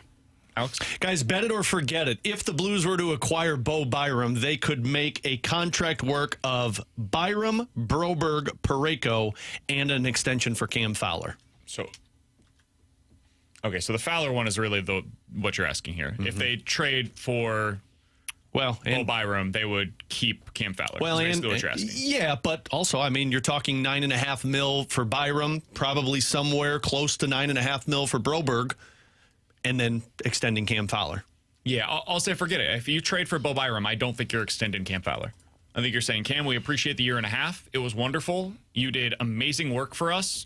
Our plan is to have these guys as our long-term future here. I think in that scenario, you'd probably have Broberg as your top pair defenseman in 2026. Bo Byram flips over to the left side in 2026, and you're hoping that Mayu can be that fourth defenseman in your top 4 at that point. Yeah. So I'll say forget it. I do not think that Cam Fowler would be here in that event. Yeah, I would forget it as well. I don't know that you can keep all 4 of them under contract. So, yeah, I think they would have to move on from Fowler. Keep in mind, too, they're moving Falk if they get Byram. Falk's not here. You still think that they would do it? I don't think so. See, I don't know where he fits. I would bet this one. I think he's your third pair. I think he's playing your third pair with Tyler Tucker, and you get a couple years. Maybe you do just a 1-year extension or a 2-year extension with him, but he's making 3.5. He and Tucker are your third pair, and then you got your top 4 set. If I'm Cam Fowler, I'm not accepting that role.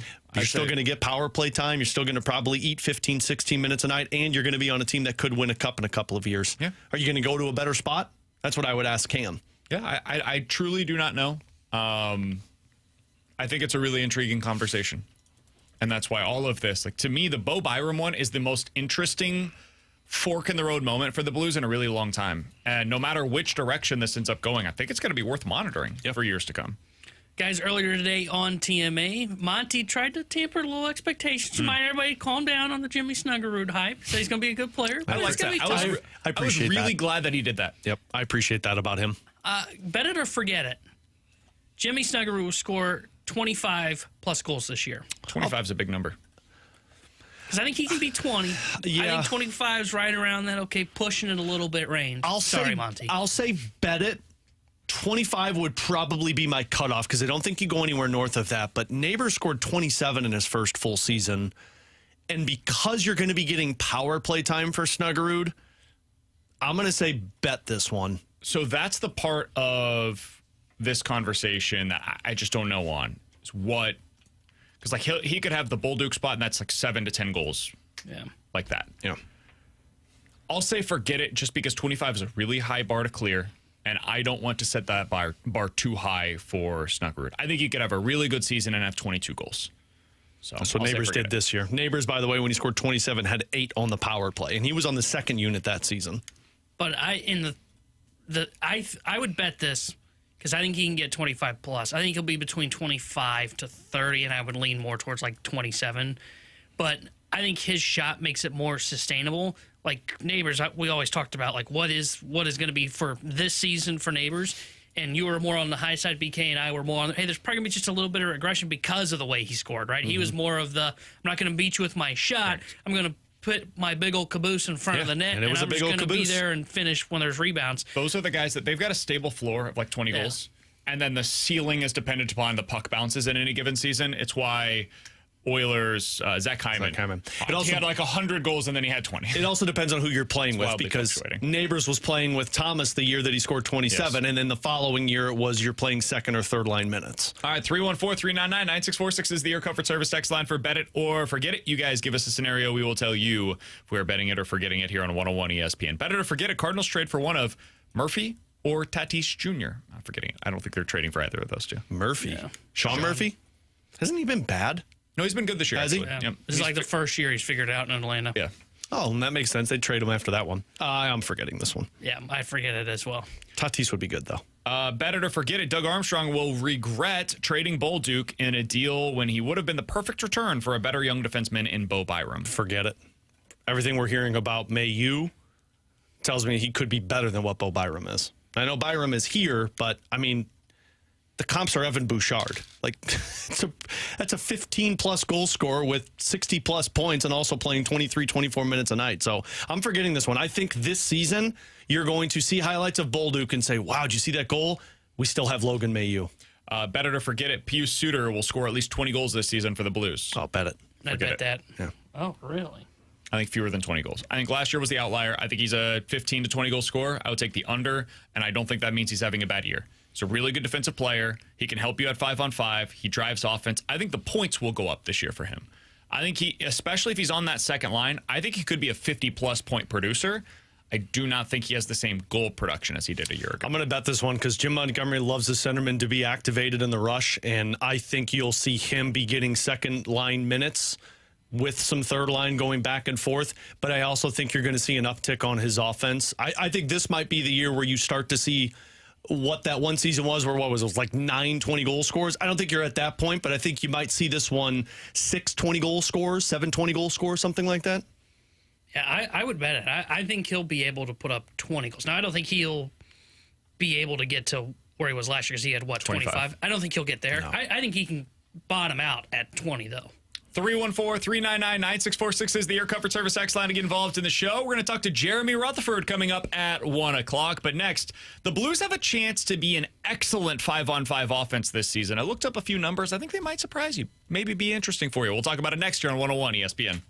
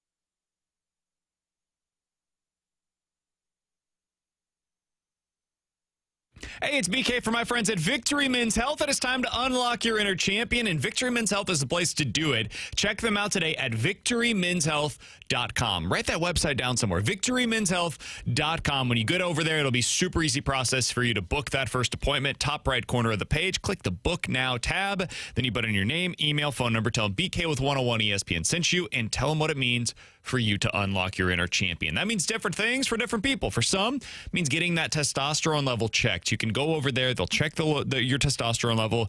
There's a healthy range for adult men. For some of us, it goes all the way down to the lower end. They can boost you back up to the upper range of that healthy normal. You'll be feeling like the best version of yourself. Erectile dysfunction issues, they can help you out with that. Weight loss goals, they can help you maintain. They can also tell you a little bit about their vitamin infusion program, their supplement shop, red light therapy programs, and cardiovascular testing. It's all available at Victory Men's Health. Check them out today. 4 great locations across the St. Louis area and online at victorymenshealth.com.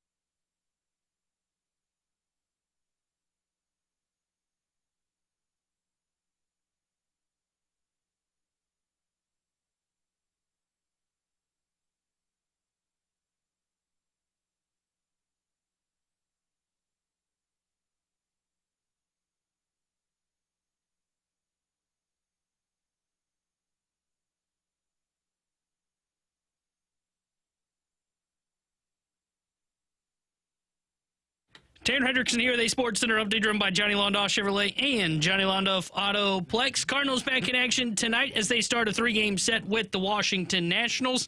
6:45 will be first pitch. Jake Irvin will get the start for Washington. Sonny Gray will be on the mound for St. Louis. The Sports Center update was driven by Johnny Londoff Chevrolet and Johnny Londoff Autoplex. SeaMalondoff.com. Chevy, together we drive. Are you kidding me?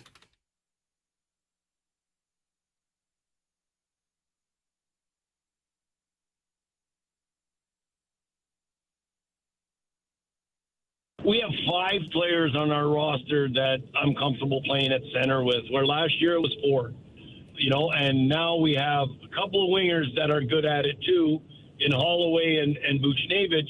So it makes it really flexible about how you can mix and match lines.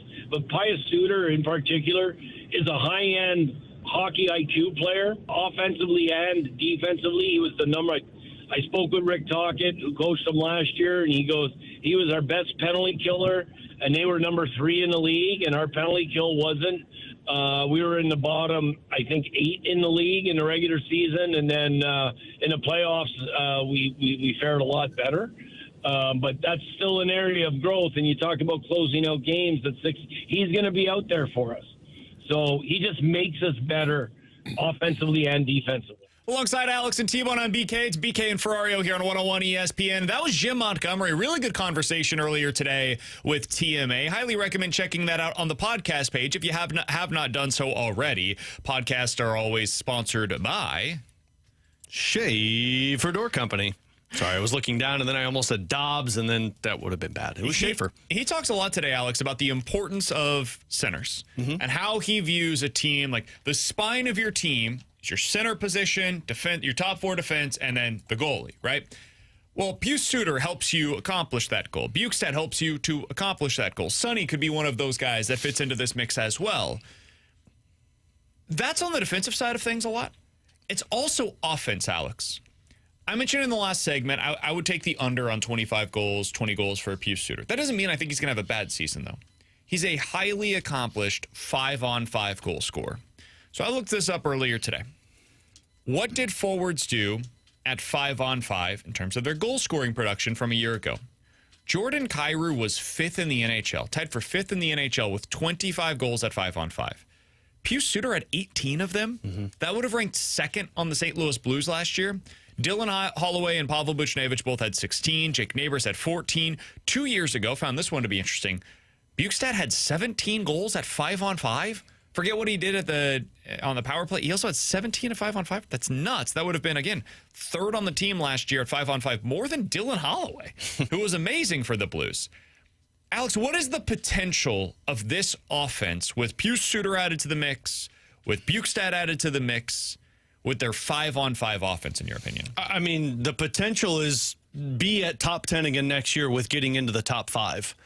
And the only reason I say potential of getting into the top 5 is because you did lose offense from a Zach Bolduc. Now, I don't know what this line looks like, but you're going to get more offense from your defensemen at 5-on-5, like Cam Fowler produced last year, and bringing in a Logan Mailloux.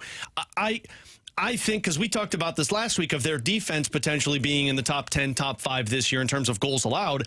This is the area that I do believe is going to improve significantly. Now, we can talk about their power play being a little concerning at a different time, but I think Buchnevich is going to have a bounce-back season. You're adding in a Jimmy Snuggerud, but the Pius Suter thing I find fascinating because he's always been a third-line player for Vancouver until last year when they traded JT Miller away, and he got amped up to that second-line role, and that's where the eyes were like, whoa, we've got something in this guy. You know the defense is great, but where did this offense come from? And go ahead and look at the Vancouver Canucks team last year. Like, beyond Pettersson and Besser and Garland, they had nothing. And Suter is still generating offense. So I think when you look at this at 5-on-5 is going to be the massive area of strength for the Blues, which most of the time is where you want to be. Like, people want your power play to be excellent. Sure, that's great to capitalize on opportune moments, but man, when it matters most, you need to be great at 5-on-5. That's what sets the tones of these games. And I think when I look at it, you've got about 7 guys that trying to think of the right word. They thrive at even strength, and that's where Jim Montgomery, I think, thrives as well. I've had my frustrations with the Blues in recent years at their lack of 5-on-5 ability.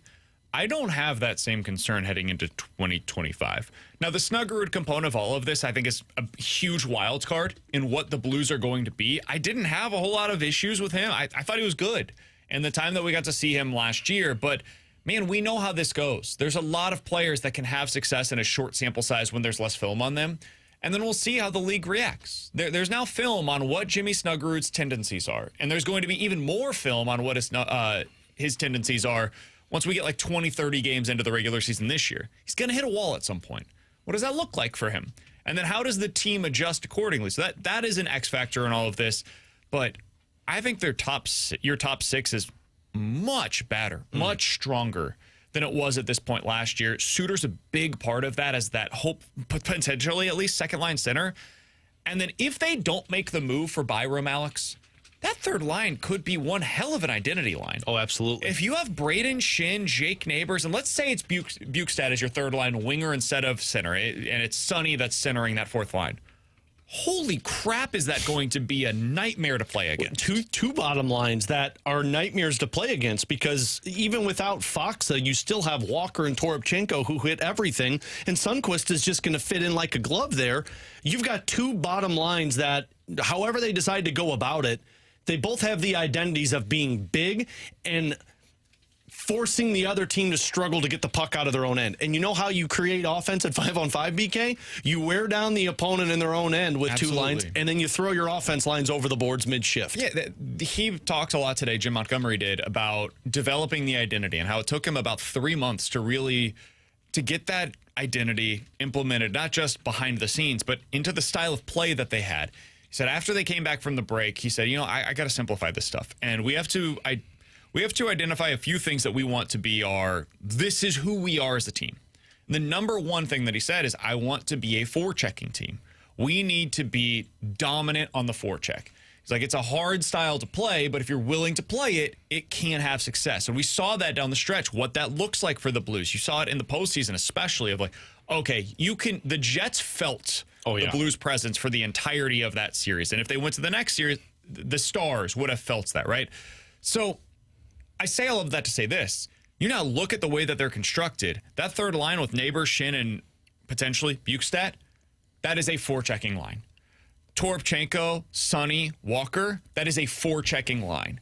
You now have constructed a lineup that resembles the identity that you're trying to build as a team.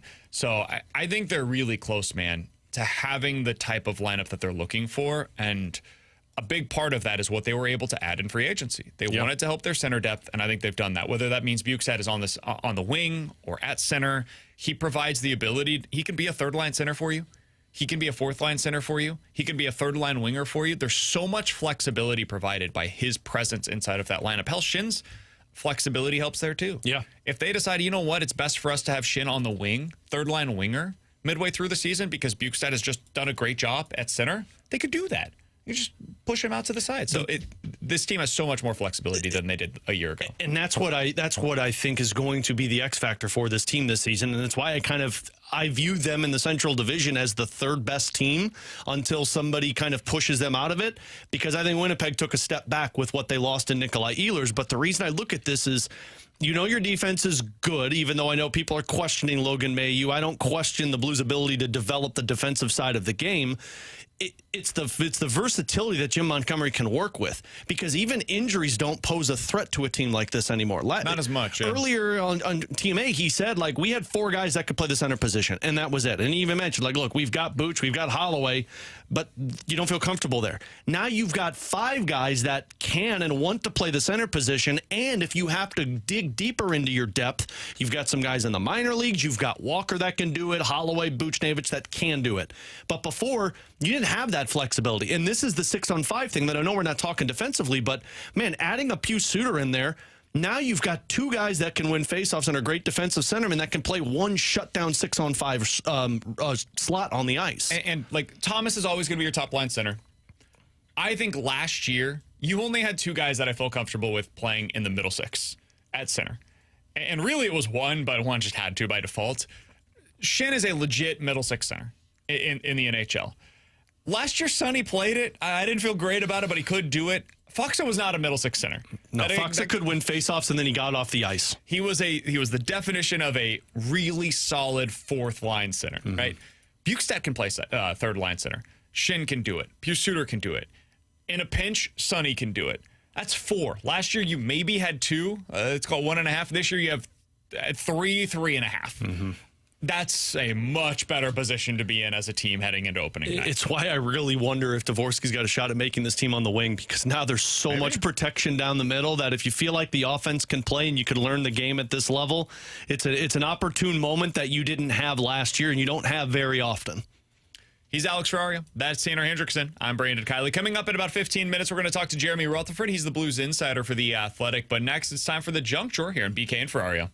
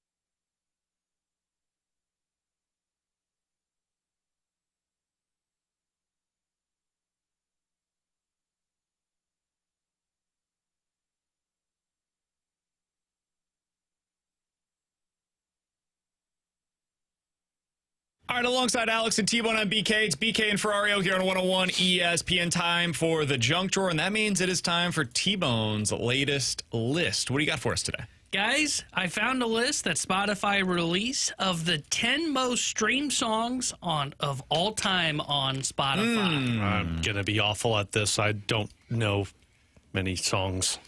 I listen to my iPod, my Apple Music, and that's Boy, it. yeah, showed your age by saying iPod there. Yeah. What is your, you're in the car, you're listening to something. What is your typical, I'm listening to blank? Like music or a podcast? That's what I'm asking. Oh, mine's always Are you listening podcast first. to a book? Yeah, no, mine's a Time Suck listening? podcast by a comedian that I like. That's my go-to thing, and then it's probably some type of hockey podcast. Probably Last Minute Blues podcast, which you could check out on our YouTube channel at 101 ESPN STL. You're not listening to the Redbird Report? What's the Are you kidding me? Absolutely not. new episode today, by the way? Oh, yeah, new episode of the Redbird Report coming out later on this afternoon. That's why you guys are dressed up today. YouTube.com/101 ESPN STL. I just Right? reached in my closet. BK's complaining about it being hot in here, and he's wearing jeans and a collared shirt. I try to dress up a little bit for the Redbird Report. We've got a nice studio. I feel like I should match the studio. But you know what? I match the studio, too. I wear a lot of beige colors. Alex has like a ripped shirt. A white T-shirt that's got, vomit stains on it. I match it on that one, that's for sure. All right, let's get to the list, damn it. T-Bone, so you said it is the all-time most listened to songs on Spotify. Yep. Does it lean more recent? Because Spotify has Yes. really only been around for Yes. the last 15 It years. very much leans more recent. So see, this is my problem. I can name artists. I don't know if I can name the song. So the first thing that I thought of was The Weeknd from the Super Bowl. Yep. What's that Blinding song? Lights. Is that what it Blinding is? Lights, that is number one Okay. at 4.89 billion listens. Jesus. Yeah. It's not even that good of a song. Oh, really? I love It's that just song. noises the I whole like time. The Weeknd. I like The Weeknd, too. I That is just the kinda hate that only song. Weekend song in the top 10. Okay, so then the next thought I have is Post Malone. There's got to be There's a Post Malone song in the top 10. No clue what would it be It named. was so. in a movie, and it was made for a movie, but I doubt you guys have seen it. What's that supposed to mean? I just don't think you would watch it because it was a animated movie. I don't watch animated films. I was about to say, I have children. kids, man. That's all I watch is animated films. It's not up Lucas Alley yet. Is it called... All I could do is name the artist, man. You're the song guy. What's it rhyme with? Circles? No. It's on that album, though. Oh, well, that helps me. I definitely listened to We the need to latest bring- Oh, one. see, I love We need that to bring album. Mike That's why I Ryder did in. it. Ryder's great at naming songs like this, not me. Most popular? Post Malone. I don't know, T-Bone. What is it? It is Sunflower. Okay. It is Post Malone and That's Sway two? Lee. That is 3. That is number 3. That was made for the animated Spider-Man movies. Okay. I wouldn't I have can't seen remember that. the name of them, but there's been 2 of them. Yeah, I wouldn't know that one. Okay, next one that I can think of. What's the Ed Sheeran song? Because that one's all. There are used to before that one. It's all you freaking hear. there are 2 Ed Sheeran Okay, songs see? in the top 10. When your legs don't lose that they used to before. That's what it's. I don't know what it's called. I would assume you were talking about When your legs don't Shape work. of You? Yes, that's what it's called. Shape of You is number 2 at 4.4 billion listens. Is that it? And then there is one more Ed Sheeran song in the top 10. Do people really like Ed Sheeran? When your legs don't work like they used to before. That's the only part of the song I know. The other one that I know, like Bad Habits, I think. No, that is one of Okay. his, but that's not it. I don't know. Any other guesses? I don't know. It's another sad song. He just It's winces his whole through. repertoire. One of my friends, that's his favorite artist. Is it really? Ed Sheeran. I can't get on board with that. What's the other one? Because I'm gonna know it once I hear Perfect. Okay. It's number 10. By the way, I was wrong. There is another Weekend song in here with Daft Punk. it. Draft. Daft Punk? Or Daft Punk, sorry. Hey, it's Yeah. okay. He added an R. Okay. I don't even know who the I was hell glad Daft to look. Punk There's is. a couple in here that are mixed with artists. So, like, when you say The Weeknd and I go looking through, I skip past it. It is number 4, the other Weekend song with Daft Punk. Another one. There's got to be Beyonce songs on here. I don't know what I doubt Beyonce. it. You don't think so? No Beyonce songs. Okay, Taylor Swift. I would assume. No T-Swift. Really? That surprises me. What? This is a stupid list. It's from Spotify themselves. Well, it's stupid. My problem is I don't listen to a ton of popular Here- music. I don't either, So man. I listen to mostly alternative rock. I listen to Rascal Flatts and Dan and Shay. The Weeknd and Daft Punk song is Starboy. That is number 4. There is a Louis Capaldi song on here. Who? I don't even know who Louis Capaldi is. Someone You Loved. That's at number 5 at 3.94 Louis? billion listens. Should I know Louis Capaldi? I'm not even sure if I'm saying that name right. What about Chaperone? No Chaperone. No, Chaperone. Harry Styles has a song in here Okay, that makes sense. at number 6. And As It Was. The Neighborhood has a song in Okay. here. I'm surprised it's that high. At number 7. I don't know any of in these. Sweater Weather. Sweater Weather, yeah. Yep. And then Drake. See, that's a song that I listen to. Oh, Drake. Yeah, there we go. Drake, Wizkid, and Kyla. Is Kendrick Lamar on here then if Drake's on here? No Kendrick Lamar in the Okay. top 10. The One Dance is the song that is at number 8. We I listen know- to a lot of. I know 2 of those songs. I know The Weeknd and then my Ed Sheeran one. And then number 9 to round out the top 10, because you got I think 4 or 5 in the top We 10 got here. 5 of them. Stay by won't Justin you Bieber and the Kid Leroy. Oh, that's not it. Yeah, you're thinking the wrong Is that one. Ed Sheeran? Is that Ed Sheeran too? No, that was wrong. That was wrong.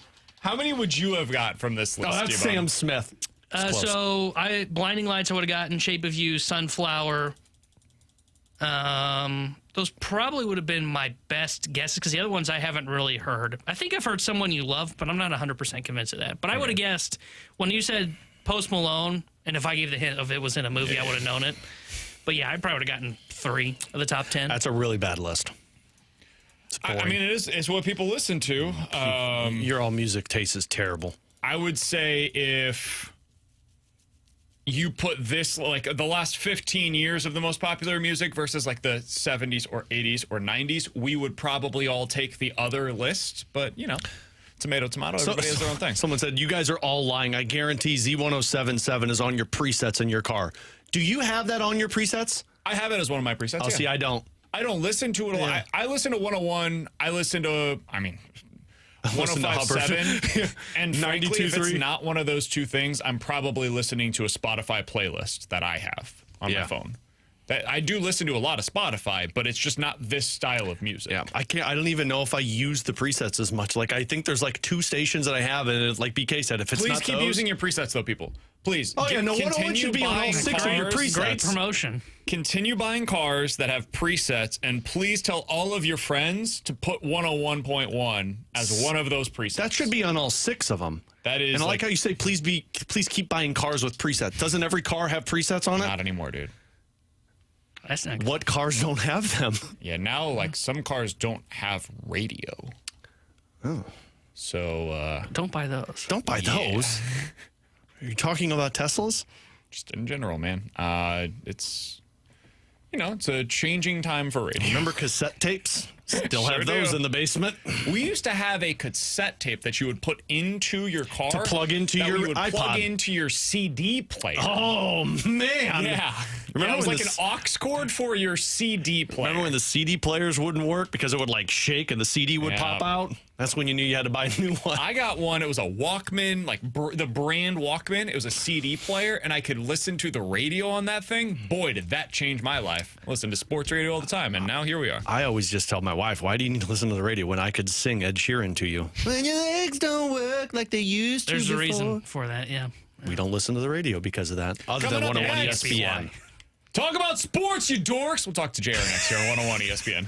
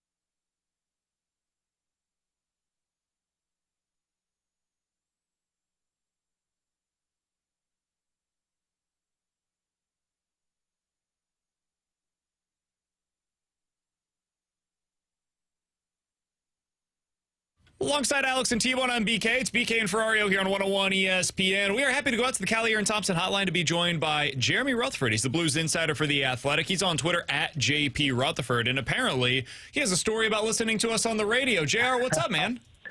Well, good to hear you guys. I listen to the station all the time, as I told you, so I don't know if the young kids know what Elmer's glue is these days, but I actually have some Elmer's glue that I put in between the buttons so the station can't be changed. Oh, there we go. Tries to get in the car, it can't be changed. And, you know, last night I was over at Afton Athletic Association, and I heard somebody call my name behind me. I turn around. It's the Anthony Stalter. So I got to see Anthony last night, and I introduced him to a dad on our baseball team, on my son's baseball team. And my friend, the dad, looked at Anthony, closed his eyes, listens to Anthony's voice, and he goes, "Yep, that's him."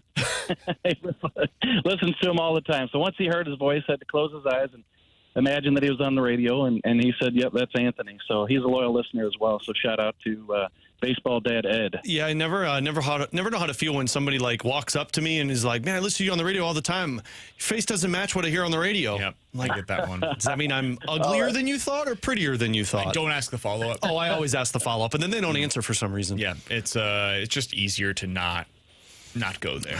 It's got to be that I'm prettier than what they thought. It's got to be. At least they ask you that because I only fit into one category. And It's just assumed. All right, Jared, let's get into this. Let's talk about the Blues. They, in an offseason that we're like, I don't know how much transactions there's really going to be. They, went out there, signed Nick Bukestad. They signed Pius Suter. They trade for Mayu. Now they're still in on the, potentially at least, in on the Bowen Byram conversations. There's still this weird trickle that's coming in on the Kyrou stuff. We'll get into that, I suppose, here in a minute. But let's start with Pius Suter. I have not talked to you since that deal went down, JR. What did you think of it? The term, the AAV, the player. What do you think about Pius Suter's fit here with the St. Louis Blues? Absolutely loved it. I felt that was the signing that they had to make. Alex and Donnie and I talked about it on the Last Minute Blues podcast about where they'd done in terms of that first day of free agency. They weren't. They went out and got Suter on day 2, and I think he fits perfectly. They still needed some help on that third line. And Suter, not only is he mentioned as a center, and he can play center, talking to the people in Vancouver, a really good winger as well. He played on the left wing last year with the Canucks. So I think he answers some questions that I had about that third line. And now you got some different options in terms of, as Bukestad, your third line center, the Suter play there. Where does it push Sonny? Does it push Oscar Sundqvist to the wing? Is either fourth line center taking over for Faksa? Whatever way they roll it out, I just think they have some more depth with that Suter signing. And that AAV, you can't beat it. I realize he's getting a raise from what he made last year, but he was due that. And at 4.125 on a short-term deal, 2 years, a real good deal for the Blues. Jared, does all these centermen now for the Blues and the options that they have to where some could move to the wing, does that present a better opportunity, you believe, for Dvorsky to make this team out of training camp? I think there's a possibility. Will it happen out of camp? I just think that he'd have to have a really good camp. Like, I really believe Doug Armstrong and his staff when they say they want to put these guys in a position to succeed. And if he's just not there yet, there's nothing wrong with starting the season in Springfield. And then maybe a month or so into the season, depending on how things are going for the team and for him, you bring him up. But I do like what Doug said about potentially playing him on the wing if and when he does make the team. I think we saw that benefit Robert Thomas when he came up. There's just so many responsibilities playing center, especially on a team where they want some good defense out of you. I think I'd bring him along slowly in terms of Dvorsky and see where he fits in best, but the wing is definitely a good option.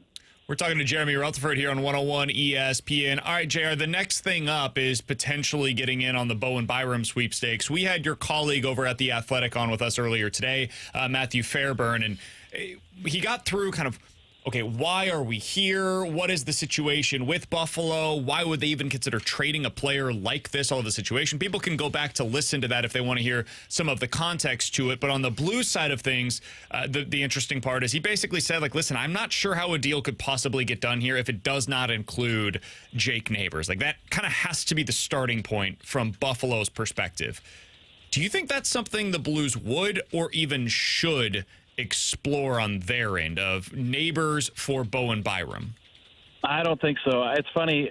Matthew and I wrote that story last week about the Blues' interest in Byram and also what would it take, and we kind of broke down what would Buffalo want and what would the Blues give up. And Matthew called me after the article published, and he said, it's funny how Buffalo fans aren't taking anything less than Jake Neighbors or Dylan Holloway, and Blues fans don't want to give up Jake Neighbors or Dylan Holloway, which usually happens when you talk trades.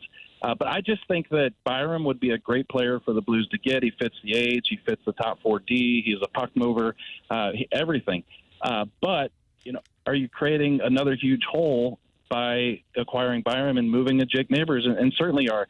I think that if you don't move Zach Bolduc, in that other trade for Logan Mailloux, then perhaps it's something that you might consider. I just got a ton of respect for the way Jake Neighbors plays the game and think that when you're already without Bolduc now, to trade another young winger who plays the style of game that Jake Neighbors plays, it'd be tough to create that other hole. So that's why I think the deal's probably not done, because Jake's not on the table, I don't believe. I think Doug Armstrong, as you guys talked about, is trying to get the deal done on his terms. And obviously when you do that, it takes a while and it might not get done. Do you believe, or is it your understanding, JR, that the Blues are still involved in the conversation, or has this just gone silent since your report last week?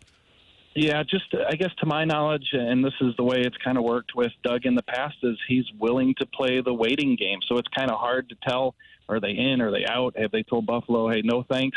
It's probably a situation kind of like the O'Reilly deal with Buffalo, where it just kind of dragged on. And finally Buffalo called back and said, okay, let's do this deal. So, I think if Buffalo called today and, re-engaged, I think the Blues definitely would be interested in trying to get Byram. It's just that Doug knows what he's willing to pay and what he's not willing to pay. All right, JR, I'm going to ask the question. I'm glad you were going to, because I was going to also.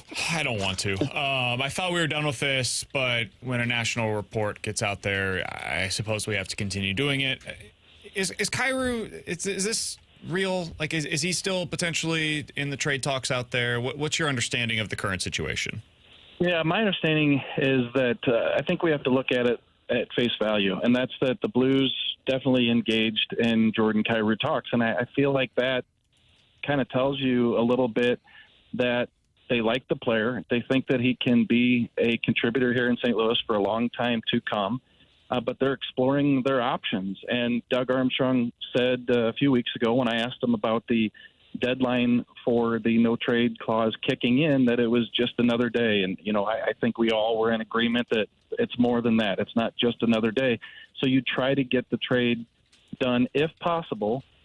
Let's put that in upper caps, if possible, done before the trade clause kicks in. But if not, you're not going to be making a deal just to make a deal. So I think that they'll continue to explore. And I think all along, Doug was only going to make the trade if it was going to be a home run, and potentially that home run is still out there. If it's not, then Jordan Kyrou is going to remain a Blue, and the Blues will be fine with that. But I think that they're always exploring.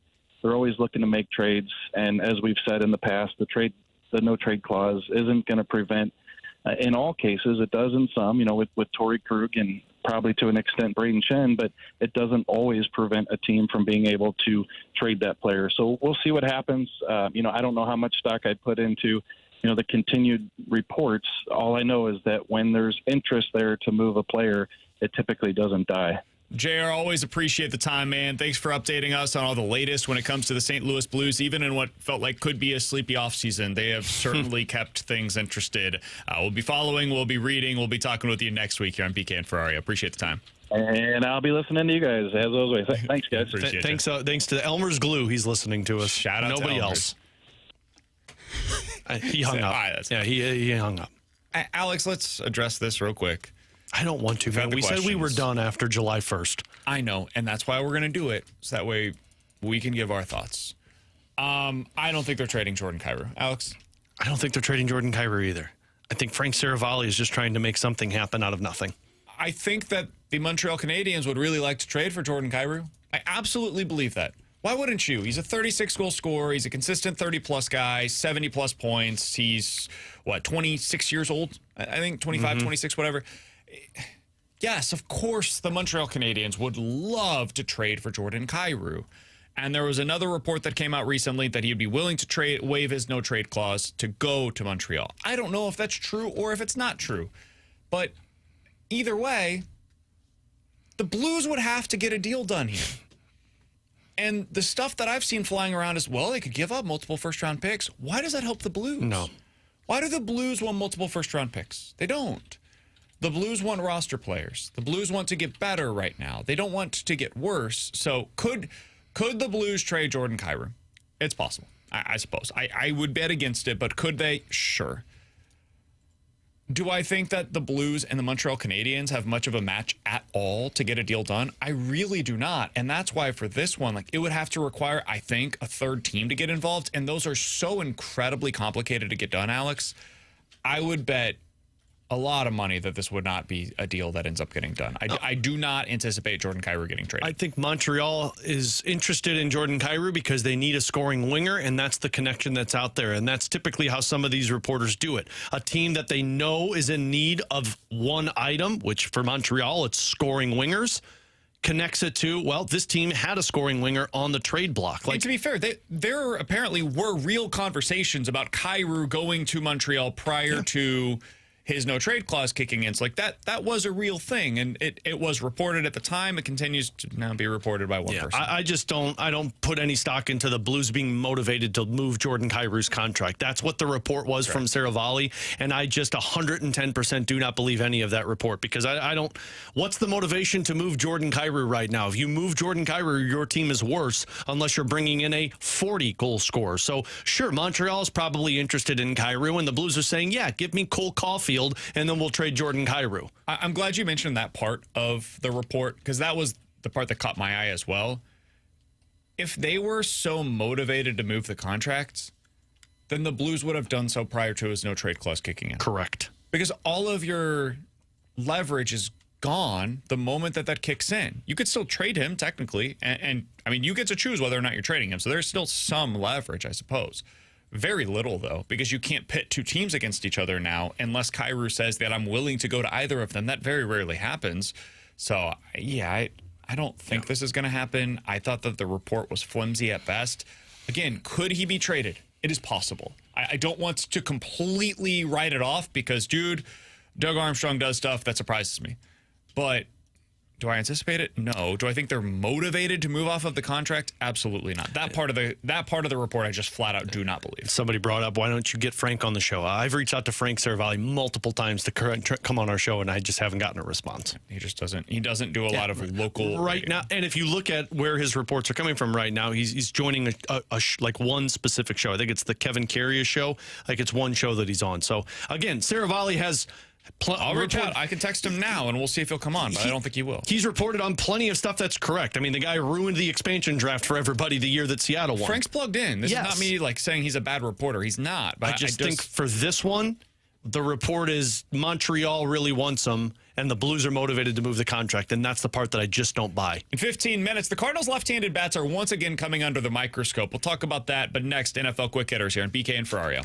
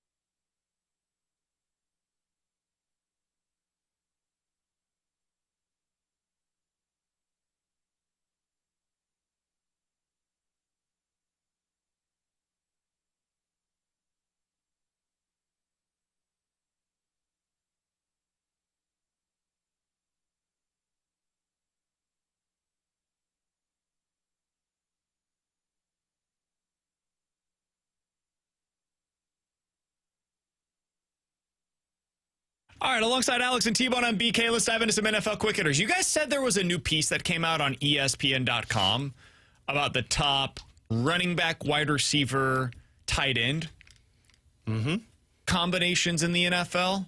That I did. So I wanted to put together my list because I did not see this morning when you guys had mentioned it. Way to be prepared, am I right, And T-Bone? compare it to what they had available over on ESPN.com. I'm curious how they match up. I've got my top 5 ready to go. Let's start at 5 then. All right, my number 5 is... Drum roll, please. Is this a BK build-up? I was just saying. I don't have the open ready. Ta-da! Any kind of a drum roll? Any kind of a drum roll, please? No, Any drum roll? just state your top 5 that are all incorrect. The Atlanta Falcons. What? Darnell Mooney, Drake London as the wide receivers. Kyle Pitts as the tight end. He's not a tight end. Bijan Robinson, I think, is the top 3 running back in the NFL right now. I would have that as the number 5 running back / tight end / wide receiver. They are 9th. 9th. Okay, that's a little lower than I would have them, but all right. A little lower. I made it to the top and made it on the list. By the way, all the teams in front of them, I absolutely agree with. Really? Okay. My top 4, I think, is pretty definitive. At number 4, I have the Cincinnati Bengals. They were top 5. They were number 3. I have the Minnesota Vikings at number 3. They were. I'm not doing it anymore. 6. Really? Yep. Okay. I have the Detroit Lions at number 2. That is correct. Ding, ding, ding. And I think number 1 is definitively the Philadelphia Chiefs. Eagles. Oh, Yeah, they had the Eagles at 1. Yeah. Okay. This is made by Bill Barnwell. Pretty close. Eagles, Lions, Bengals, 49ers, and Rams. Eagles, Lions, Bengals. What was 3? That was the Bengals. Eagles, Lions, Bengals, 49ers, and Rams. 49ers? Yeah, I disagree on this. I guess do you've got too. McCaffrey, you've got Kittle, you've got Ayuk. That's a good top 3. Sure, Juwan but Jennings Kittle pretty can't stay solid. healthy. Ayuk, I would have. I frankly would have Minnesota above That's that. just putting a lot of weight into Christian McCaffrey, who has not played a whole lot of football in the last couple of years. Yeah, the rest of the 10. The rest of the 10 was Minnesota, Tampa Bay. The Rams are higher than I would have. Whoa. I mean, I agree with that one. I'm forgetting about Devontae Adams. Devontae Adams makes that interesting. Yeah, but I don't know what Devontae Adams is. I don't think He's Devontae. good. I think top 5 is maybe a little bit of reach. They're That's top 10 for sure. I still think Minnesota's got a better combo. I think Tampa has a better combo, and frankly, I agree with So Tampa Atlanta. is the team that I was going to get aggressive with. And I think having them in the top 7 is correct. I think they should be in that range. They got a 1-2 punch on their running backs. They've got 3 legit wide receivers, and their tight end kind of busted onto the scene last year. Godwin, Evans, McMillan, and then you add in Emeka Egbuka, who they drafted this year. That's ridiculous depth at the receiver position. That's a really good combo. They have the Baltimore Ravens at 8. Yeah, that's that's crazy. I guess That's it's because you got crazy. 2 tight ends that you trust. Yeah, they got but one of them DeAndre wasn't good last year. They had DeAndre Hopkins with Okay. Flowers, Hollywood DeAndre Brown, Hopkins couldn't even get on the field for the Chiefs and last then you year. got Derrick Henry. You got Henry. Henry's carrying the load of that. That's what you've got. You got Both Henry and literally Zay and Flowers, who's a figuratively. really good number 2 receiver, and I think is miscast as a number 1. I agree. I think that's way overly aggressive. I think the Dolphins at number 10 is overly aggressive. Oh, yeah. They have 2 tight ends and a fast running back who wasn't good last year in Devon Achane. They just downgraded a tight end. I mean, they just Or 2 moved fast receivers, excuse me. Jonnu Smith, and their upgrade was Darren Waller as the guy that you bring in as your second tight end. They have the Chiefs at 12. That seems low to me. Oh, I think that's about right. Because I just think Kelsey's not explosive anymore, and I don't think you got a tight end. Running back's a big question. I mean, Pacheco didn't really get on the field after his Broke his leg. Didn't he come back after that injury? Yeah, his leg was still not. Okay, well, as my point was said, he didn't really get back on the field after that. And then their wide receiver group's fine. I think the definition of fine. I think it's pretty good. Rashee Rice is very good. Hollywood Brown is good. And Xavier Worthy is really talented and had a very good rookie season. And didn't they just draft another wide receiver? Yeah, about like 5th round. I mean, it was later. Those are the 3 guys that you're building around. 12 might be right. I was Thinking say, like, about it for more than a second. I would have them, I think, above the Miami Dolphins. I would have I the think that's Dolphins probably 12th. fair. What did you guys think about my Falcons take at 5? I Is thought that it was too a little high? aggressive. Yeah. Okay. You mentioned how you thought you were going to be aggressive with Tampa. I thought Atlanta was very up there. Kyle Pitts is not really a tight end. Kyle Pitts is more name than Yeah, Darnell Mooney's talent. like, okay. Drake London's hit and miss. I mean, Bijan Robinson, just like we said, Baltimore's being carried by Derrick Henry. Atlanta's being carried by Bijan Robinson. Agreed. I think I would definitely rather have the Falcons than the Ravens. Do you guys agree with that? I would, because I like London better than Flowers. Would you rather have them or the 49ers? Ayuk coming off of an ACL. I'd rather have Christian the 49ers. McCaffrey coming off of an Achilles injury. I'd rather have No Deebo Atlanta, Samuel. I think. I'd rather have the 49ers. George Kittle is the only guy that is healthy, and he's always an injury question and is an elite player at his position. I'd rather have Atlanta's. So it really just becomes that, like the Vikings, the Rams, the Bucks, the Falcons. You're picking from that group. So for me, like I'm buying on the ascent, I think, with some of their talent, with Bijan, Drake London as well. And I think Darnell Mooney's a really good number 2 wide receiver. And you're hoping to God that Kyle Pitts eventually becomes something at the NFL. You can stop hoping for that one. I'd give up on that Yeah, one. I'm It done sounds like on they that want to hope. trade him, so I think they've given up on that one. Looking for a transition word? Speaking of giving up, Cardinals Time to give- left-handed bats. Kind of forgot we were on the air for their second, guys. Say, are you going to Talking do about this? the or- NFL. And Speaking of giving up, the Cardinals bats on the left side, they're not performing. Will they? speaking of giving up, are you ready to give up on Lars Nootbaar? We'll tell you our answer to that question next.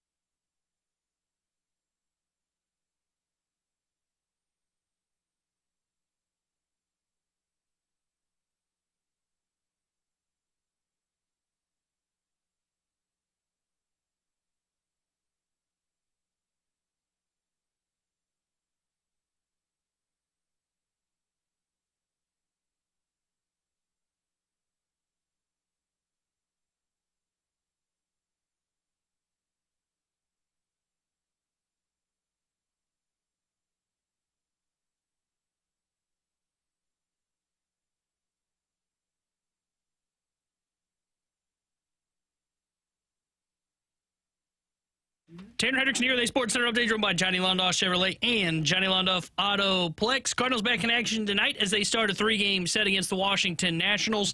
6:45 will be first pitch. Jake Irvin gets the start for Washington. Sonny Gray will be on the mound for St. Louis. The Sports Center update driven by Johnny Londoff Chevrolet and Johnny Londoff Autoplex. SeaMalondoff.com. Chevy, together we drive. Are you kidding me?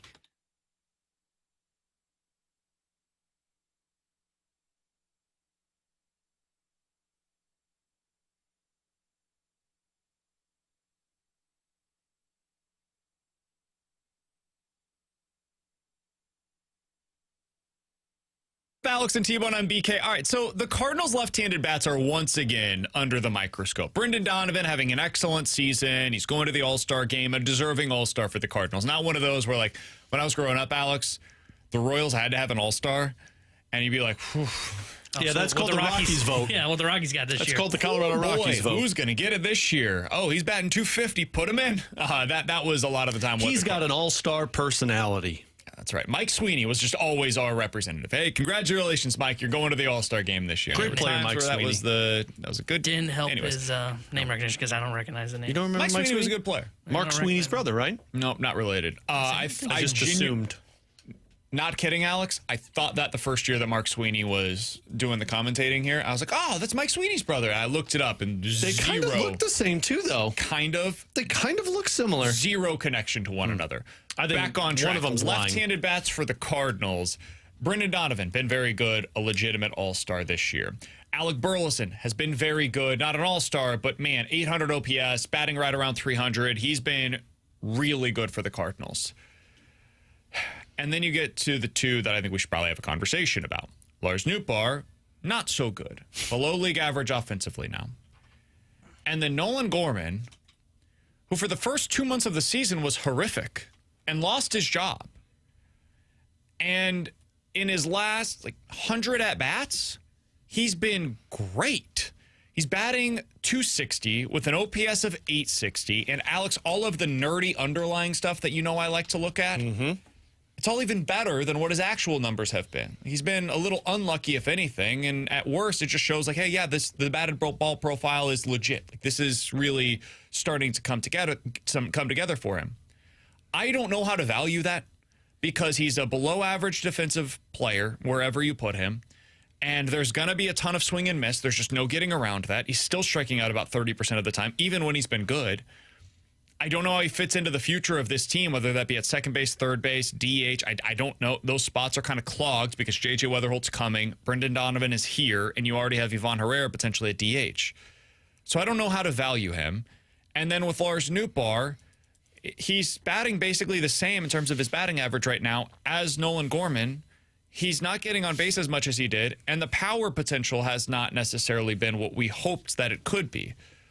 What do you do with these two players? Let me put it a different way. Nolan Gorman currently has a higher OPS than Lars Nootbaar. What am I supposed to do with these guys? Well, I mean, for me, and maybe it's not fair for me, but Nolan Gorman has kind of to the point where when he performs, it's hard for me to believe. And again, it might be unfair, but when I see what you just said about Nolan Gorman, it's like, that's cool, but it's going to cool off at some point. And I can't build around a guy that I can't expect to be consistent. And unfortunately for Lars Nootbaar kind of had one role that he needed to fill for this team to be a piece of the future, and it was the leadoff guy. He was doing it for a while, but now you've seen the cool-off. Now, credit to Nootbaar, he has stayed healthy this season. For the most part, until this rib thing. Sure. But even if you stay healthy and you disappear for a long period of time, which I know it's not a long period of time, it's a month, but still, it's an impactful period of time. Man, I just look at what those two guys have done with Nolan Gorman, and then I look at Alec Burleson, and I look at Brendan Donovan, and I say, okay, these guys, albeit it's a small sample size for Alec Burleson, but consistently he is what you expect him to be, and he's been it for you with the exception of a half of a season last year. Brendan Donovan, who we know what he is every single season, and now with the promotion of JJ Wetherholt, it just feels like these two guys are falling into the category of, look, the time has just run out. The sand has hit the bottom of the timer, and it's time to flip it over to somebody else. Yeah, I think with Nootbaar, I mean, he still gets on base at a decent clip. I mean, he's at 330, but you've got other guys that can profile to be a little bit like that, but also provide a little bit more. Like Brendan Donovan can hit for a little bit of average, got some decent pop. And you're not really seeing the power from Nootbaar this year, which has been a little bit weird. Victor Scott looks like maybe not a power guy, but he's going to provide Gold Glove of defense and center, a guy that can steal 30 bases for you, and he gets on base around the same clip as Lars Nootbaar. And with another piece coming, like you mentioned in JJ Wetherholt, Nootbaar feels like the guy that is starting to get maybe potentially pushed out, and especially with Alec Burleson starting to develop into what looks like a contact hitting, I would say 5-hole hitter for the St. Louis Cardinals for the potential long run here. Nootbaar you haven't seen that next step yet, and I don't know if it's coming. And in fact, I wonder if it is digressing right now. Regressing. Sorry. Close enough. I don't know if we're going to see him get back to what he was as the 240 hitter, 360 on base with 400 something slug. I just don't think that's coming back for him. And if that's the case, I don't know if the Cardinals necessarily need that guy on this roster. He's probably more valuable as a trade piece than he is for a guy that's part of the core. So that's something that I want to focus on here from the 314. You were told Nootbaar was nothing more than a funny name, a smile, and a terrible player when healthy. You were warned a year ago. That's not what he is. Like, he's not a bad baseball player. Lars Nootbaar is a valuable baseball player. Plays quality defense. He's a good base runner. He's not like a huge stolen base threat, but he's a good base runner nonetheless. He's athletic. He's a decent hitter. And even right now, like his quote-unquote bad season, he's a league average hitter. There's value in having guys like this on your roster. The problem for the Cardinals is I've got a lot of guys like this. Like for the Washington Nationals, he'd be dude, great. Lars Nootbaar would be a really nice piece to add into the lineup because they're severely lacking average offensive contributors that are just good all-around players that will end the season in the positive on the wins above replacement list kind of thing, right? The Cardinals, that's not what they're missing. They're missing guys that do more than that. And they have so many of these players that fit into this same level, same tier of category, that you've got to filter through them. You've got to choose who are we keeping around for the long haul. So that's what the job has to be this offseason. I'm not here to say that Lars Nootbaar is bad. I'm not here to say that Nolan Gorman's bad. I don't think he is. They just have to make difficult decisions on, okay, but what's the value of this profile? I like that. I believe, I truly believe, if you give Nolan Gorman a full season, he plays 155 games. He gets 650 plate appearances. I would be willing to bet that guy hits 30 to 35 home runs over the course of a full season if he got the full workload. I would also be willing to bet he strikes out 200 plus times. I would also be willing to bet he's a below average defender. And it comes to the question then is, okay, but how do I value that? The 30 plus home runs are obviously important, but at what expense? And where's he playing for this team? And what does that mean for Brendan Donovan? What does that mean for JJ Wetherholt? What does it mean for Thomas Saggese if you care what it means for Thomas Saggese? These are all questions the Cardinals have to answer, and it doesn't have to happen right now. Might have to happen in the next 3 weeks, some of them. It also almost certainly has to happen by the end of the season. That's when you really have to make some of these choices. And I think this year was about learning things about your roster. We're learning some stuff, and I do think Lars Nootbaar, I like him. I think he's a good player. I agree with T-Bone. I think where we are today, I would probably say he is the one that is currently on the outside looking into what next year's outfield could be. You just have a lot of Lars Nootbaars. Like, you just got a lot of guys that I think profile like what Lars Nootbaar is. Like, the upper hand for Gorman is the potential of 35 home runs. I still just don't trust that, and I don't want to keep coming back with something saying, well, if we give him a full season, he's going to hit 35 home runs, because we know who he is. He's slow, he's bound for cold spells, and then he doesn't play. You're not going to keep throwing him out there if he's not hitting. You have to, though. That's the thing with Gorman is if you want to hit on this profile, you have to live with the slumps. But you don't fit into the team's future because you've already got a DH. You've already got a second baseman. So and that's the question. Yeah. But can you have that guy as a bench bat? I don't think so. No, he's more valuable, in my opinion, at least. I shouldn't have said that so definitively. For me, he is more valuable as a trade chip because somebody will bet on the power pedigree than he is as a bench bat that plays a couple of times a week. Because as a bench bat, when you come in, a lot of those situations, you need a guy that's going to put the ball in play. Which is why he's not that player. Which is why I think you found your two best assets to possibly trade at some point, whether it's the deadline or the offseason. And guess what? You replace that power potential with power certainty if you go out there and you find your superstar. Yeah, I don't know that this team has any kind of power potential coming, and that's why I agree with you, Alex. I think you probably have to go find that from the outside, but you have to make the choice on which of these guys are you betting on. I think Burleson has put himself toward the front of this list. I would bet on him long term, either as a DH or an outfielder, choose, or first baseman. I think Gorman is making a case right now that he could be somebody that you build around. I don't know where. I don't know how you fit him into the mix.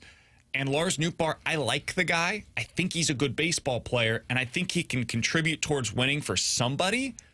I am just starting to grow more and more skeptical that that is here and that it makes sense for this current roster construction. And that's where I think the Cardinals get themselves into a really intriguing spot. Speaking of the Cardinals, T-Bone, you said Nolan Arenado's not in the lineup today? Yeah. Must not be, the shoulder must not be. Winning lineup probably then, right? Gorman gets to start at third base for anybody that's playing a lineup game later. Okay. You get one free one. I haven't seen anything from the... At least it's not Taylor Motter, playing third base. I haven't seen, and there's not a roster move coming because they've released a lineup. They would make that before the lineup comes out, and I've not seen anything. My guess is they're just giving him another day, and the hope is he's available tomorrow. Will be Donnie what out in Ollie outfield Marmol again. says. Now, why would they be doing that? What? Donovan in the outfield. To place a JC. Yeah. And to not play Hampson. Potentially. To not what? Not play Hampson. Oh, and yeah. making the runway I thought you said for Hamilton. JJ And I went, Wetherholt. Who the hell's Hamilton? No, to not play Josh? Hampson. They've got... Alexander. I think this is your best. They'll do the lineup game coming up here in just a little bit on the fast line. I don't want to steal their thunder too much, but I think this is the best lineup that you can have right now without Nolan Arenado, and that speaks to they need Nolan Arenado right now. I know that's not a super popular thing to say. This team needs Nolan Arenado. It sucks that he's not in the lineup, and them playing light speaks to their lack of depth right now at the AAA level as well. All right, he's Alex's T-Bone on BK. The Rewind is next.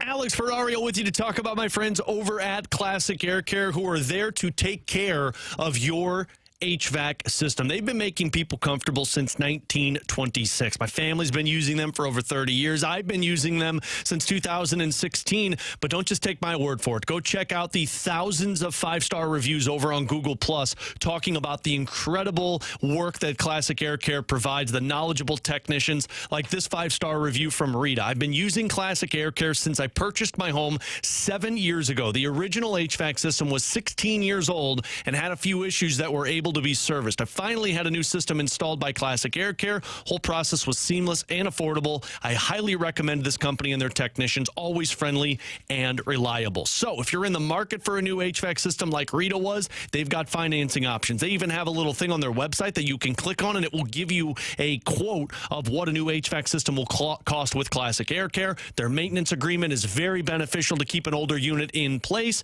Schedule an appointment with Classic Air Care today. Just do me a favor and tell them Alex Ferrario sent you. It's Classic Air Care and classicaircare.com.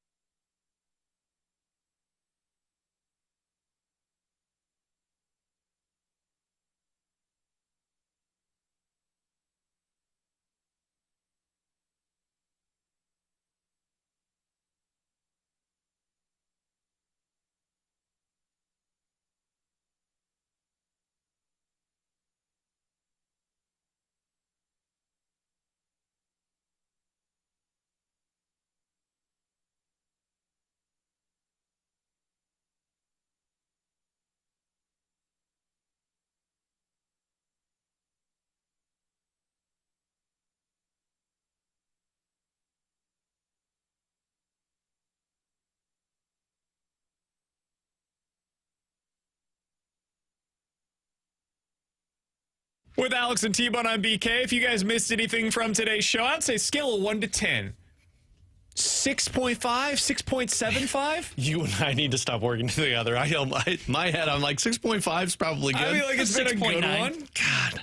I wouldn't put it at like the top of the list of great shows that we've ever done together, but I feel like it's been a pretty good one. No, I think the number one type of show is what we did yesterday, where we talked about you swallowing something and me saying that I've swallowed a lot of weird things. That's like the pinnacle of BK and Ferrario. Sure.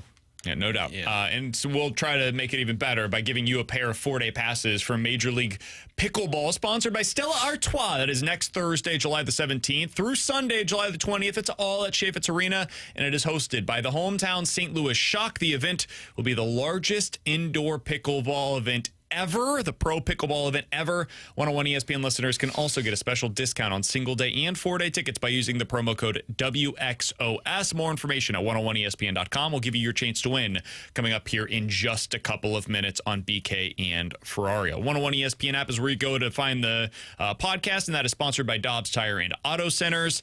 Alex is off this week from the Last Minute Blues podcast. We'll be back next week. They decided they're going to take a little bit of time to just chill out. When you're cranking out such great content, you need to give yourself a little bit of breather. You know? T-Bone and I will makes a not. move tonight. Oh, God. It's going to make it when I'm in Michigan. T-Bone and I will not be taking a week off of the Redbird Report because we Maybe actually next work.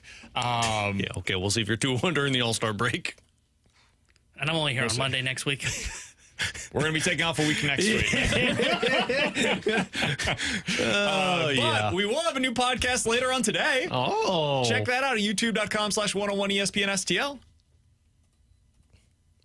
We'll enjoy it. Did you forget we were on the radio again? No. You can't transition away from that one? I thought you were going to say something and then you didn't, and we just dead fish. I'm not All a right. performing monkey, so I just don't always perform when you want me to. Alex, Cardinals are back in action tonight. They're playing the Washington Nationals, otherwise known as the Fightin' We Got 3 Stars team. I'll take it. Can we have one of them? By the way, can I give a fun fact on them real quick with their war that you mentioned? Sure. What's it good They're for? 3 stars. Exactly. That is one thing. You mentioned they're 3 stars of wood, James Wood, CJ Abrams, and Mackenzie Gore, they have combined for 10.9 WAR so far this year. The rest of the teams combined for 1.3. And that checks out. That matches the eye test. They're not a very good team. Lars but Nootbaar, by the way, would be 4th on the team in WAR. This is why I said he would be a very good piece for them. They would be their best player other than those James three Wood, stars. Lars Nootbaar. Who says no? I mean, probably the Cardinals. Yeah, you're right. Jake Irvin is on the other side of the game tonight. Oh, God. That's going to be a shutout. He is a right-handed sounds like pitcher, a- so okay, you're never mind. eligible to We're score. good. We're good. He doesn't get deep into games typically. He's kind of the definition of mediocre. He's fine. He's fine. You have Sonny Gray on the mound. You've got to win this one. You're going up against a right-handed pitcher. He's not very good. You have your number one on the mound. You got to win this game. The whole point you adjusted this rotation to get him in there twice so that you were guaranteed 2 wins. So, yeah, this is a must. If you lose this one, bigger problems are at hand. Now is your chance to win a 4-day pass to Major League Pickleball, sponsored by Stella Artois. This is next week at Chaffetz Arena. 314-399-9646 is the Air Comfort Service text line. If you were texting number 101 with the correct answer to the following question, you are getting that 4-pack of tickets to see the Pro Pickleball event. The question is as follows. Earlier today, JR told us the only reason that he really listens to 101 ESPN is because it is stuck on this station in his car. Nice. Why is it stuck? What happened to his preset? If you have the correct answer to that question, your text number 101, you are getting that 4-pack of tickets to the pickleball event. For Alex and T-Bone, I'm BK. We'll talk to you guys tomorrow at 11 a.m. The Fast Lane coming up next here on 101 ESPN.